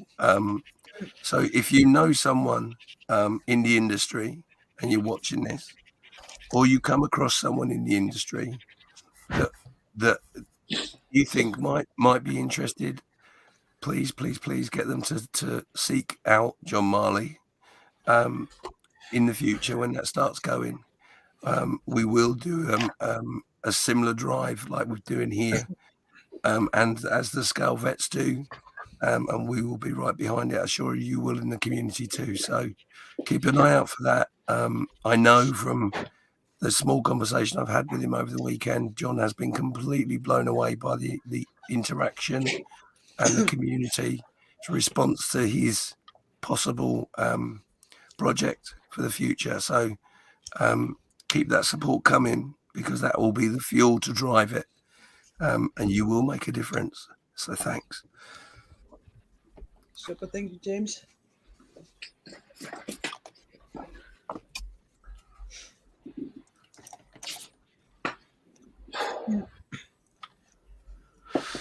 Right.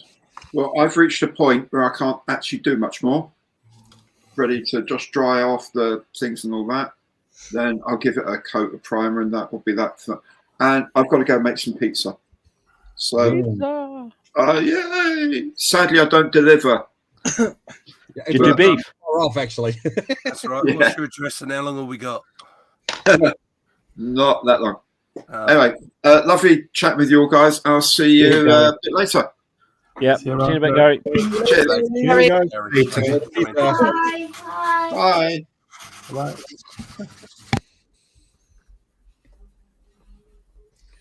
So we're just coming up for the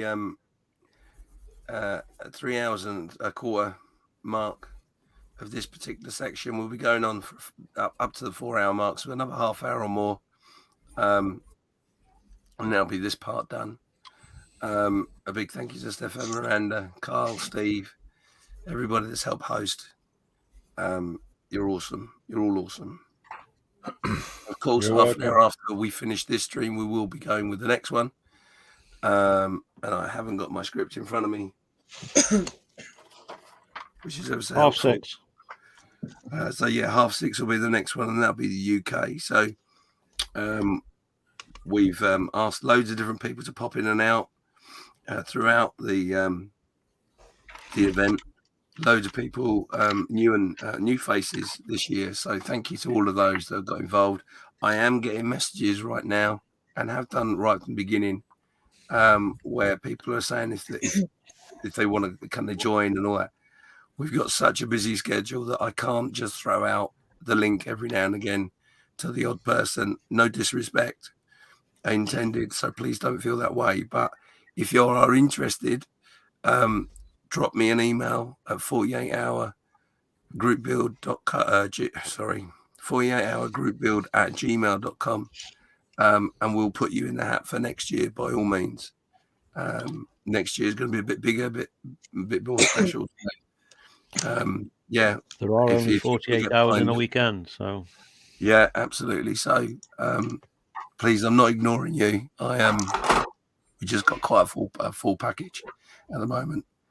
But the one thing I wanted to ask you guys that are watching, I mean, there's 61 of you right now. Tell us what you think is has been one of the highlights for you so far. That would be cool, because we want that feedback so we can improve and not necessarily improve, but refine maybe the package we give next year.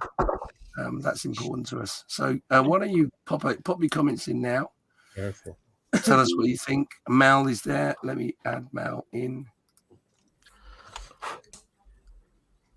Oh no, that's not Mal. That's Mal. Hello, folks. Hello, buddy. I'm Mal. Yes, it's a change of scenery.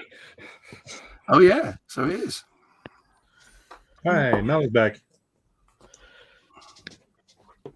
Right, I'm actually at home. I've been called home because of my daughter. You know, just a mild panic. Someone's breaking in, which basically means someone knocked on the door and, she didn't answer. Okay.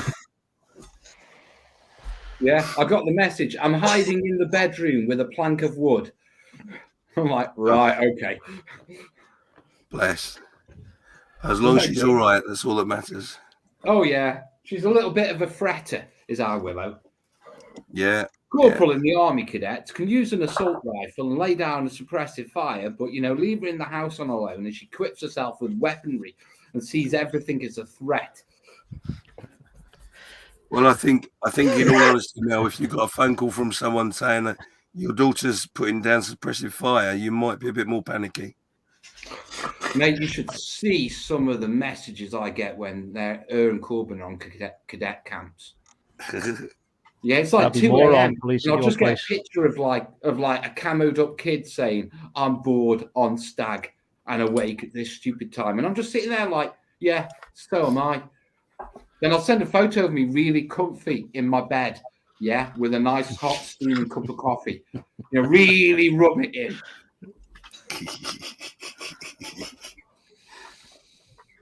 I can just see you doing that as well.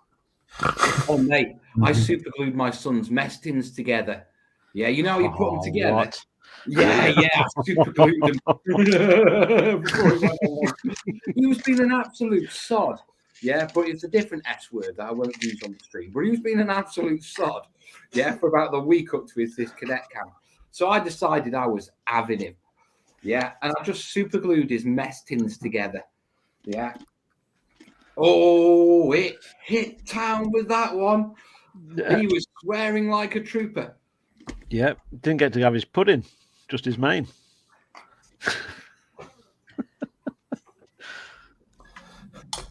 I'll tell you what, though, I am quite impressed with the rations they get nowadays. They are, aren't they? Yeah, they're a load better than what we are. I mean, the stuff I used to get was out the bloody war.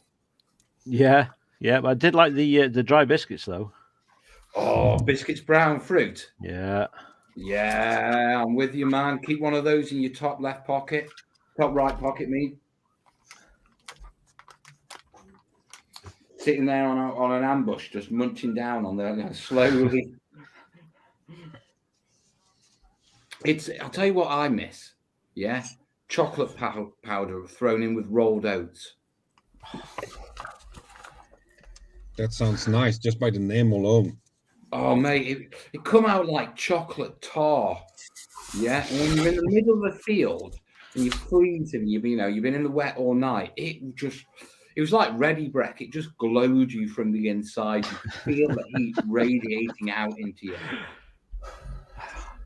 This is what I call culinary poetry, but he's right. Yeah. You could always guarantee you got Milky Bars that's separated into cocoa powder and sugar or vegetable. Yes. Two-tone. Yeah. Pure white when you take them out of the packet. Yeah, or you've got like the cocoa sort of sitting in a dark layer at the bottom where it's melted and reformed that many times. So you got Emma there. She's saying, "My husband taught our kids how to clear a room with Nerf guns."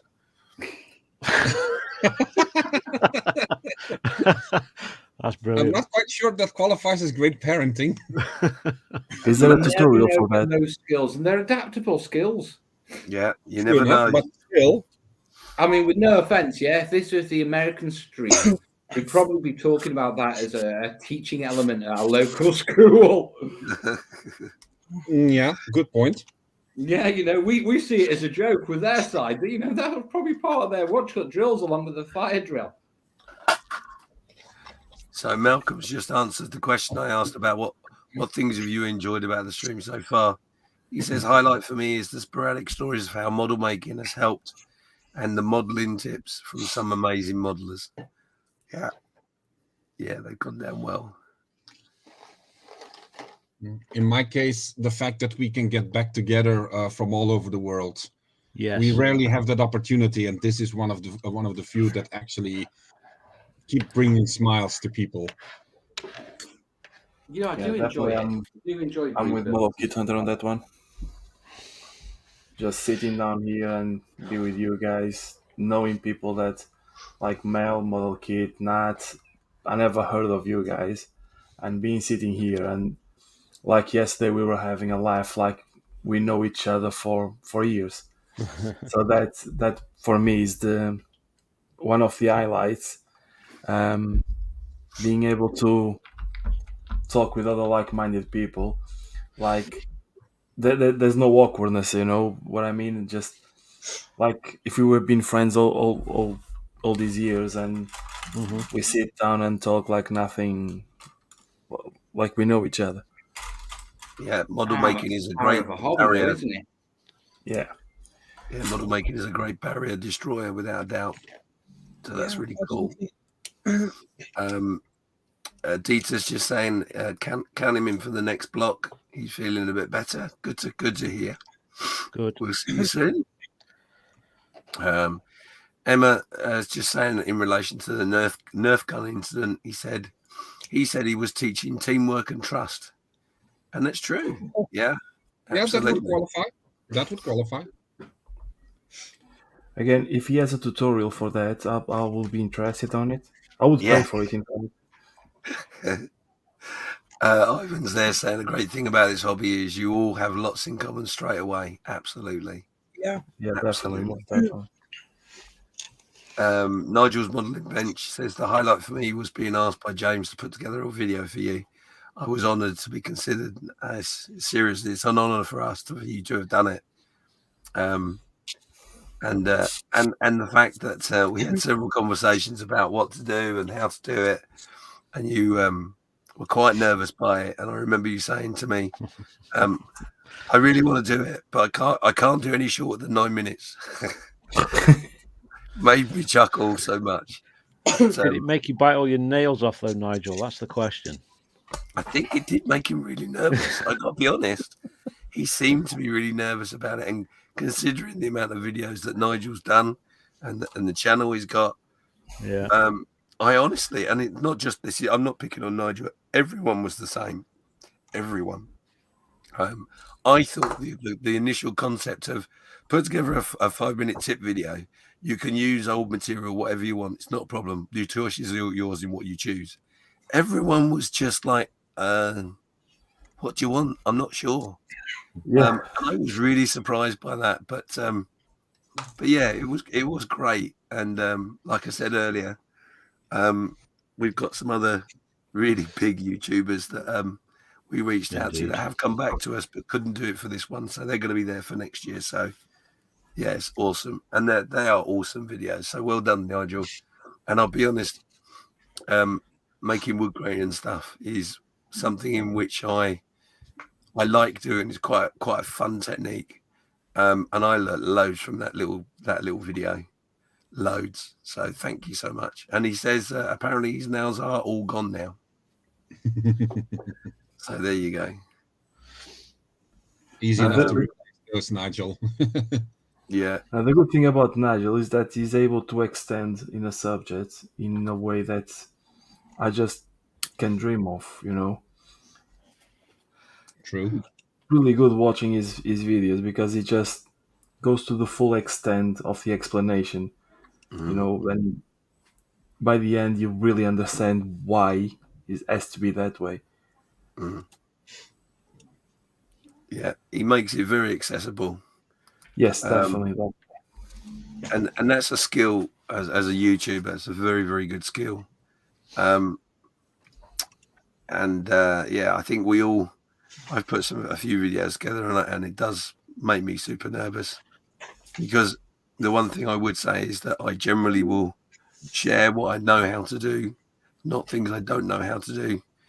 And the way I do things are not necessarily the same as how other people would do it. And that was another conversation Nigel and I had. was that people do get quite animated. Well, that's not the way I do it, but that's not the point. The point is this is a way that works, and if it's not what you do, great, you've got another way of doing it and it works for you. That's fantastic, but try it. But there you go. So apparently I've put Nigel in tears. So let's move on from Nigel. I would hand you over my toilet roll for some paper for wipe your eyes. But you really don't want it, trust me. Better not. I don't quite know what's on there. So one of the highlights for me, and it is every year, is how welcoming and accepting people are with my kids. Because Connor, bless him, he has autism and ADHD, and you never know what he's quite going to say. He comes out with a few good comments, so to speak, but it's also embarrassing at times, or it can be embarrassing. And it's nice to know how accepting people are of him, regardless of what he says. Half the time, he doesn't mean it. Or if you already help the people in the group once, you only help them again. Hi, Connor. Point proven. Yeah, but Really? the He's asked good for it, thing is, the good thing is, it's really nice to know that Connor is taking a moment to make something with a bit of plastic, and I know how therapeutic that can be. And it doesn't really matter. The reason for the need for therapeutic effort, but the fact that you feel confident enough to have your children in the stream, because this is an adult show. Everyone's been super well behaved, and there's been no issues, which never is, if I'm honest. But it's great because we all as modelers will say, we're worried or scared that the next generation won't be interested in the hobby and the hobby will die and all that and the other, which isn't true. I don't think. I think there's far too many people out there that pick the hobby up at certain stages. But to have youngsters doing the hobby now, and they may well not continue for a while, but they will come back to it, is fantastic. So kudos to you and the others that have got their children involved. I haven't been quite so public about it, but I'm aware of them. I think that's fantastic. So, because we are a community, we are a family, and families have children. So that's what it's all about. And even Connor and Paige are always welcome. Even Stefan and Miranda's young boy, I've had 2 conversations with him this month, which I don't think he's very impressed with him, if I'm honest. But it's lovely. It's lovely that we can communicate and chat. So cool. Yeah, Connor and Paige are always welcome. You not so much. Thank you very much, Carl. He finds it quite amusing to talk English to you. Yeah, well, I think that looking at me probably amuses him as well. So that's helpful. Right, folks, I've got to shoot. Food is ready. The same goes for my daughter when she's with me. She also enjoys to see Daddy build, and normally she would be participating whenever it suits our arrangement because of our divorce. So same thing here. Yeah, and as well because you got the pigs off. The joy of this sort of event is again just a case of everybody coming together and not worrying about anything and just making a bit of fuss with a bit of plastic or other materials are available. It's just fantastic. So kudos to you all. And I know myself, I spend a lot of time sometimes on the bench, and my family are always amazingly supportive. And we forget that. So kudos to those as well that have allowed probably the wrong word, but are willing to be second fiddle in a way, to allow people to do what they're doing. So yeah, big hug and love to everybody. Now Nigel's got me in tears. I have a lot to thank to my family this weekend because basically they are exiled upstairs on the top floor because I'm streaming on the living room. And even my middle one came to me today and go, "Can we play Minecraft?" I said, "James, this weekend I can't, mate. I have to do this. We're doing a charity event, blah blah." Cool, Dad. Carry on the good work. Monday we start playing again. So it's always it fills your heart in when you have kids like that. True.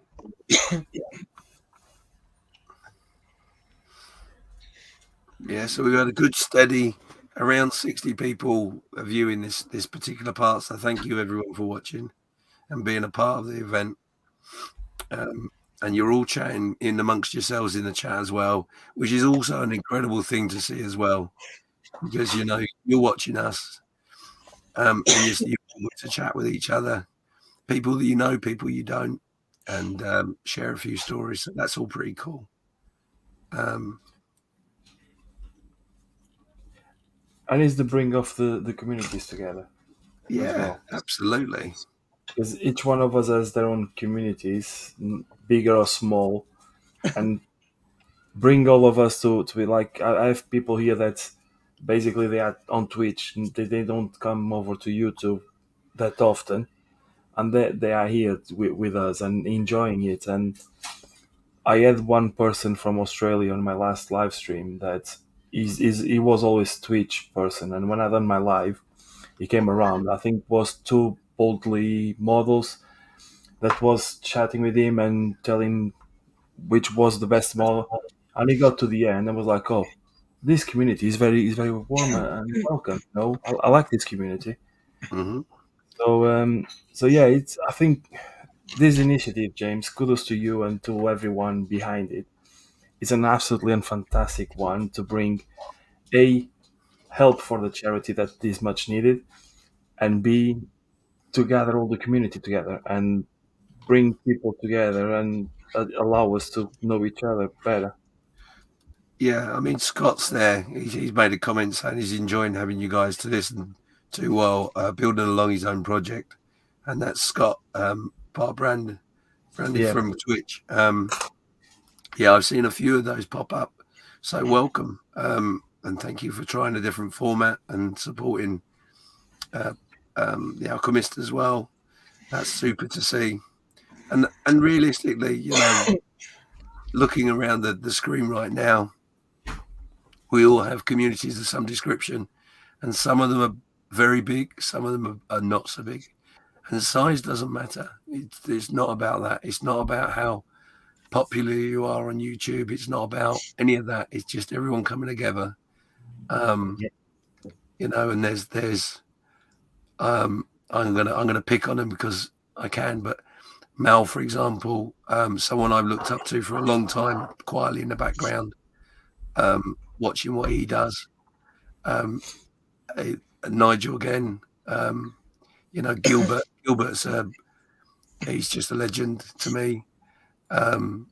Rick Lawler, the names just keep coming. And to think that they're willing to put a little bit of time in and help is just mind blowing. So thank you to everyone, and I mean that genuinely to anyone, even if you're a community of one or a community of thousands. Thanks for being here and being part of it.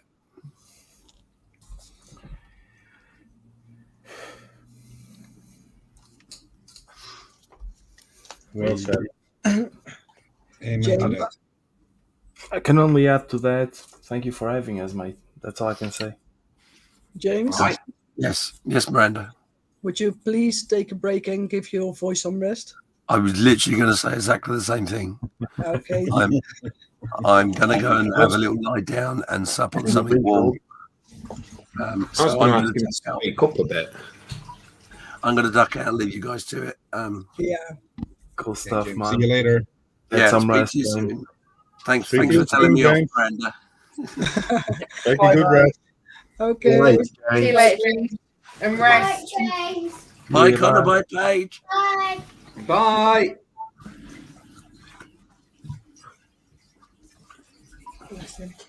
Does anyone know how to cook pizza? Pizza. I noticed somebody was making them. Maybe you should ask to deliver.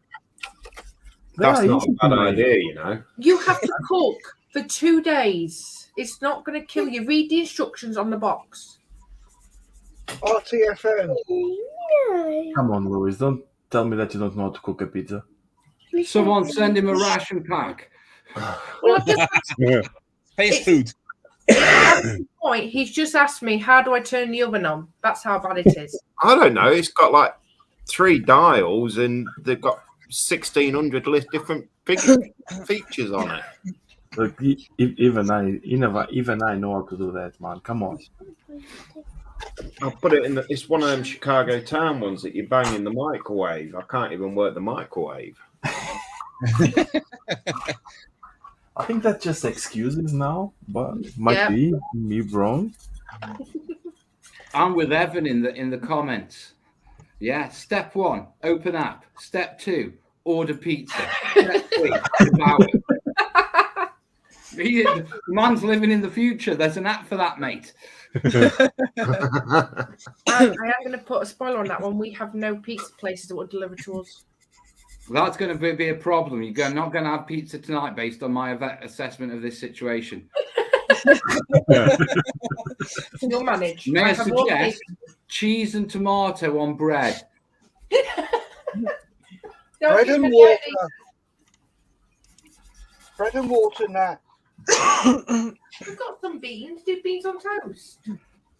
You keep saying you don't like beans. I don't, but I think you're sounding braver at this time as the conversation goes on. Frozen do you work the pizza. microwave? Don't chip your teeth on that. So for dessert, what we're having, kids? Frozen pizza. Pizza ice cream. Boop. I'll thaw it out for them. Philip's impressed with himself. He's saying, at least I can turn the cooker on. Don't be bragging now, mate. Don't need to rub it on. Come on. Okay, Lucas is saying communities, whatever size, are important in every hobby. It brings the fun to another level. And I think this sort of live stream we've been doing just shows that. Yeah, most definitely. I do enjoy Cool. live Good shows, for you guys. especially when you're building.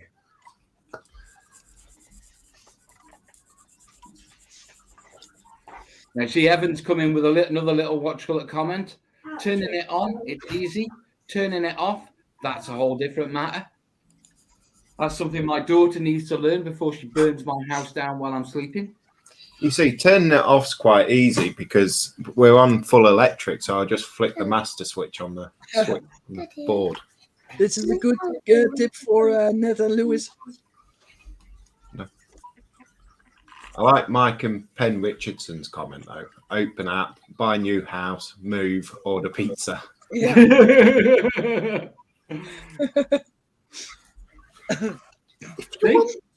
The guy's got a solution for you. Either that or just spread resin on top of your countertops and order pizza. You calm down. I had to get a studio after that.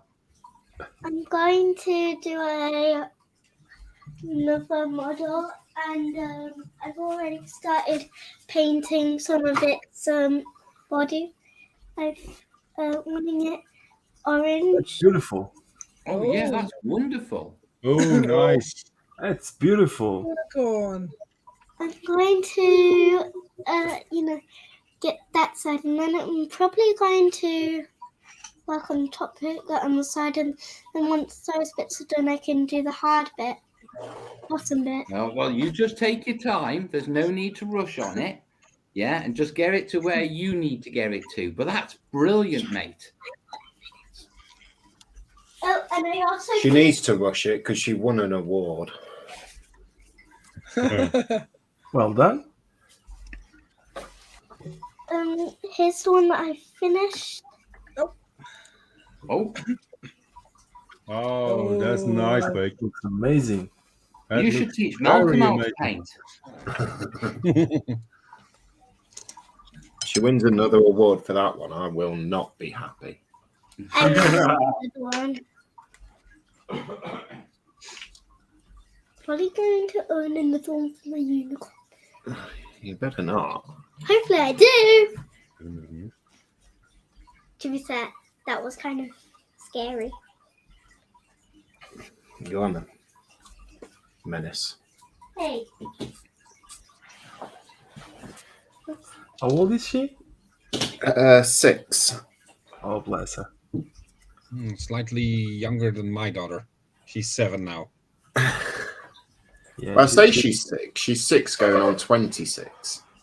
Yeah, that sounds about right. Yeah. This is an 8-year-old person trapped in a 6-year-old body. That's what I say of my kid. Yeah, sometimes do the same. Yeah, he's grumpy like an 8-year-old, but he's only 10.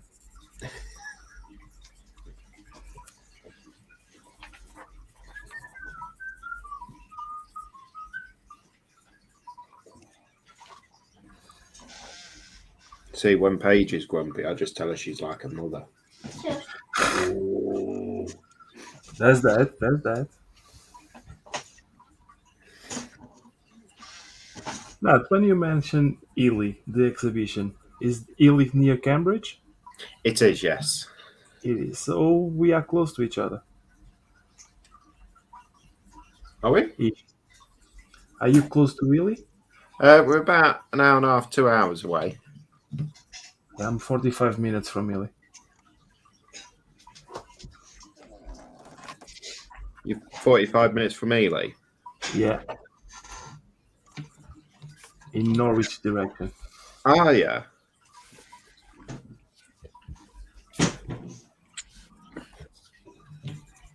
Are you going to the Ely show? I'm aiming to. I wanted to go last year, but my back started playing up the sciatica, so I couldn't make it. Yeah. Unfortunately, but yes, I'm aiming to go. We're gonna have another exhibition close by in Bury St Edmunds. Yeah. Yeah, that's on the 15th. That's the West Suffolk EPMS exhibition. Yeah. So I'll be going to that one as well. But Ely, definitely, I want to go. So I have 3 targets this year. Ely, Scale Model Challenge, and Scale Model World.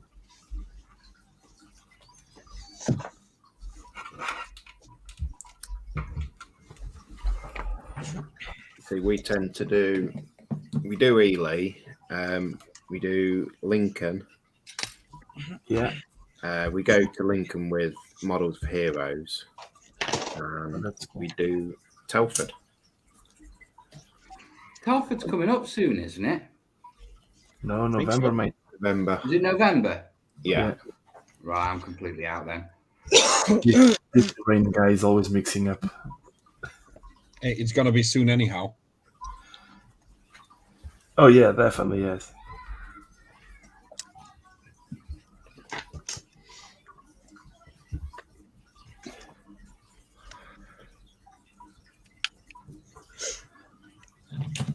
That's the plan.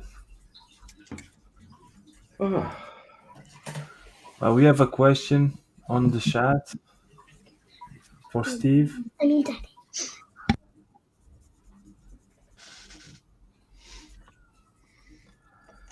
Where is the show in Lincoln? I'm only half an hour. No, Lewis, where is the show in Lincoln? I can tell you how to get to it. It's in a school. Yeah, we have, not for me personally, yeah, we have a person on the chat asking. Oh.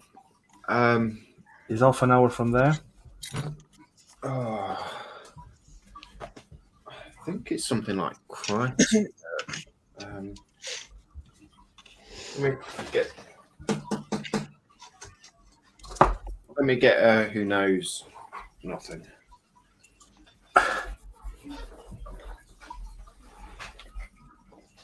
Yes, my darling. The show at Lincoln, where is it? It's at the medical school. Is it Lincoln Christ Medical School? That rings a bell. Hang on. Google is always my friend.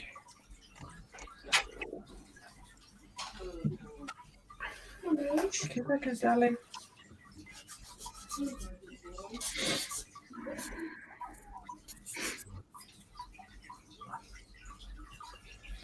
15th of October.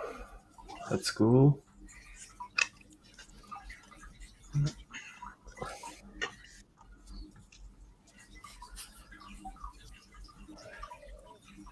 You better be it.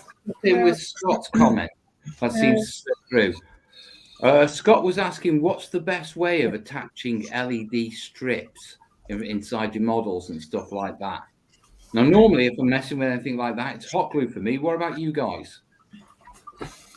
Hot glue as well. Yeah. Yeah. The model kit hunter, what about you? Sorry, I missed the question. Can you repeat? If you're fixing LED strip lights inside a model or something like that, what adhesive do you use? I would say hot glue in the as well, or wood glue on occasion.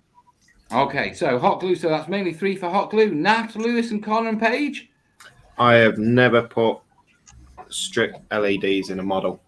Oh, No, that sounds like a challenge. We're all Right, like surgeons here. He's busy and he's got us muted, I think. Okay, Steph. What? Right, what do you use to to fix LEDs inside of models and stuff like that? Have you ever done it before, mate? Yep, and I've just told you. I was the first one to tell you. I use hot glue, not you. All right, Stephen Miranda then.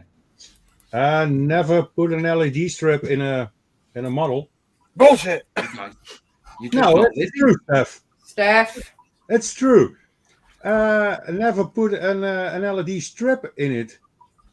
No, but you put LEDs in, though, haven't you? Yeah, but it were all loose LEDs, not a strip. Loose? So you didn't actually fix them with anything? No. I put these LEDs in it, and it is not a strip, but it's one by one. See, I've been tempted to get quite heavily into LEDs and lighting effects. Yeah, I've got this idea of using it for a bit of like a futuristic build, and have like generators. You know what I mean? Sort of throbbing with the lighting effects and stuff like that. But it means I've got to get not just into putting an LED in, but the controllers and all that sort of stuff. And then I've got to figure out how to embed, not LED strips. You can get. A mate showed me it. Yeah, he's an engineer at a university, and you can get these strips of like plastic that you can apply a current to, and they light up in different colors. Yeah, and they're just plastic sheets, and you can just cut them out with a scalpel, whatever shape you want. Yeah, apply an input and output to them anywhere, and they light up. Oh, and so my idea is to sort of use them. Sort of lay down like, imagine, best way to describe it is pitch markings, but it's actually on a sci-fi sort of space fighters game to sort of like mark out areas and then embed them under resin. Yeah, so I've got a lot of figuring out to do.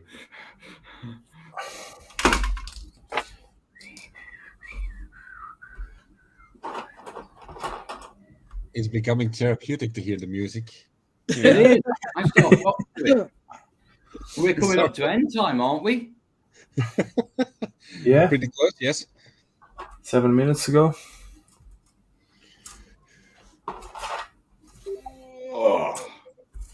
Productive session, I would say. And something in my hands, talking about LEDs. I'm going to show you something. Go on, here we go. He's going to show off again. I hope it's not what I think it is. What do you think I'm gonna? What I asked if you could help me with. No. Oof.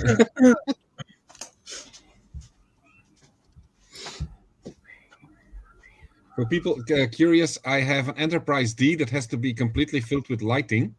I bought the Admiral set from a German manufacturer, but I don't even dare to try putting it in because it's so delicate. So I asked Stefan to help me.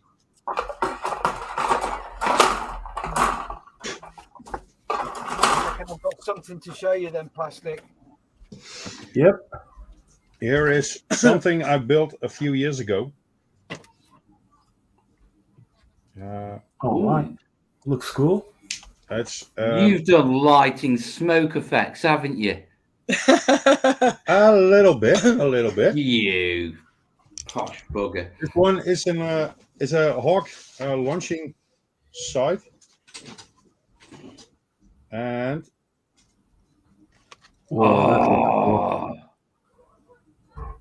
that looks cool. That does look cool. Really good. Just if you're interested, yeah, on lighting effects, can someone throw the camera over to me, please? Here, catch.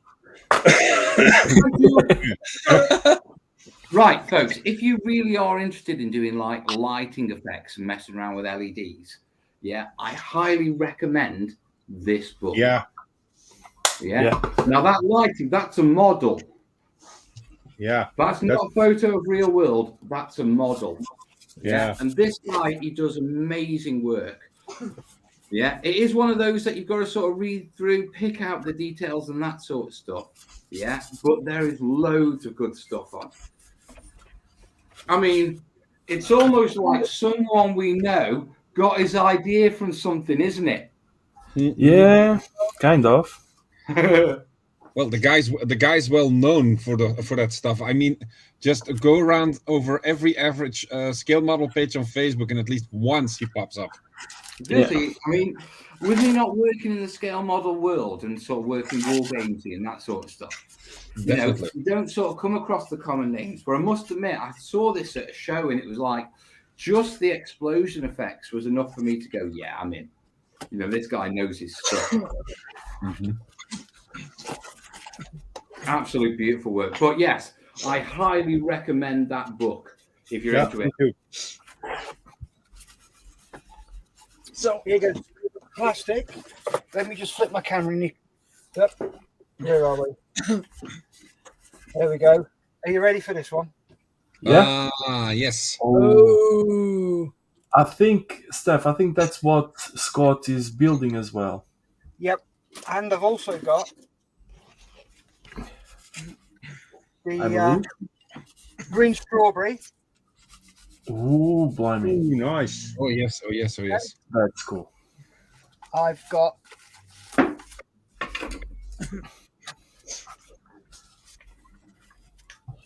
the lighting effect with these. Yeah. I've got all the lighting as well there. And it's got the Quino in it. Yeah, Scott is doing the polar lights. Yeah. And a funny fact, I asked about that kit as well with Stefan. Yeah. Cool. I've also got the other green strawberry set to go with it. That's the bay, the shuttle bay. Yes. Yeah. I've got some 3D shuttles that I'm going to print off, and I've also bought the command deck 3D to print. So I've got that as a 3D print that I've got to print off ready for this.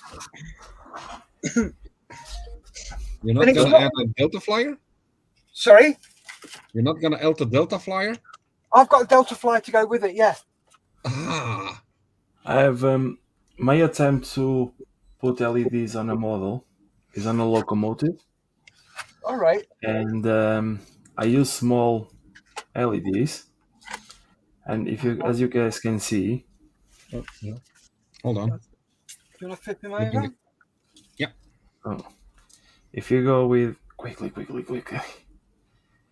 you put them on, you can see the lights there. Nice. Yeah. All went wrong when I decided to put shrink to, just to make it tidy. Oh no. This happens. So yeah. I haven't been very successful with LEDs, so it comes with time. But I got the spare part already from Italeri, so fingers crossed I will be finishing it. Yeah. But that was my attempt Well, I have an X-Wing that I'm still to finish. This one. And you have LEDs on the 4 engines and on the cockpit. But I still have to finish it and base it and all that things.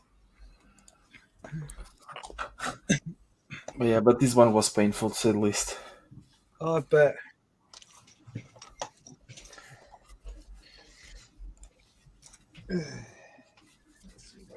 So we are at 4 hours. So Way. Yeah. I guess that's it for our blog. Yeah. So thank you everyone for watching, and also all the people in the video. Thank you very much. And see you in the next blog. See you later. Catch you on the next few folks. Bye-bye. Bye, everyone. Bye. See you guys.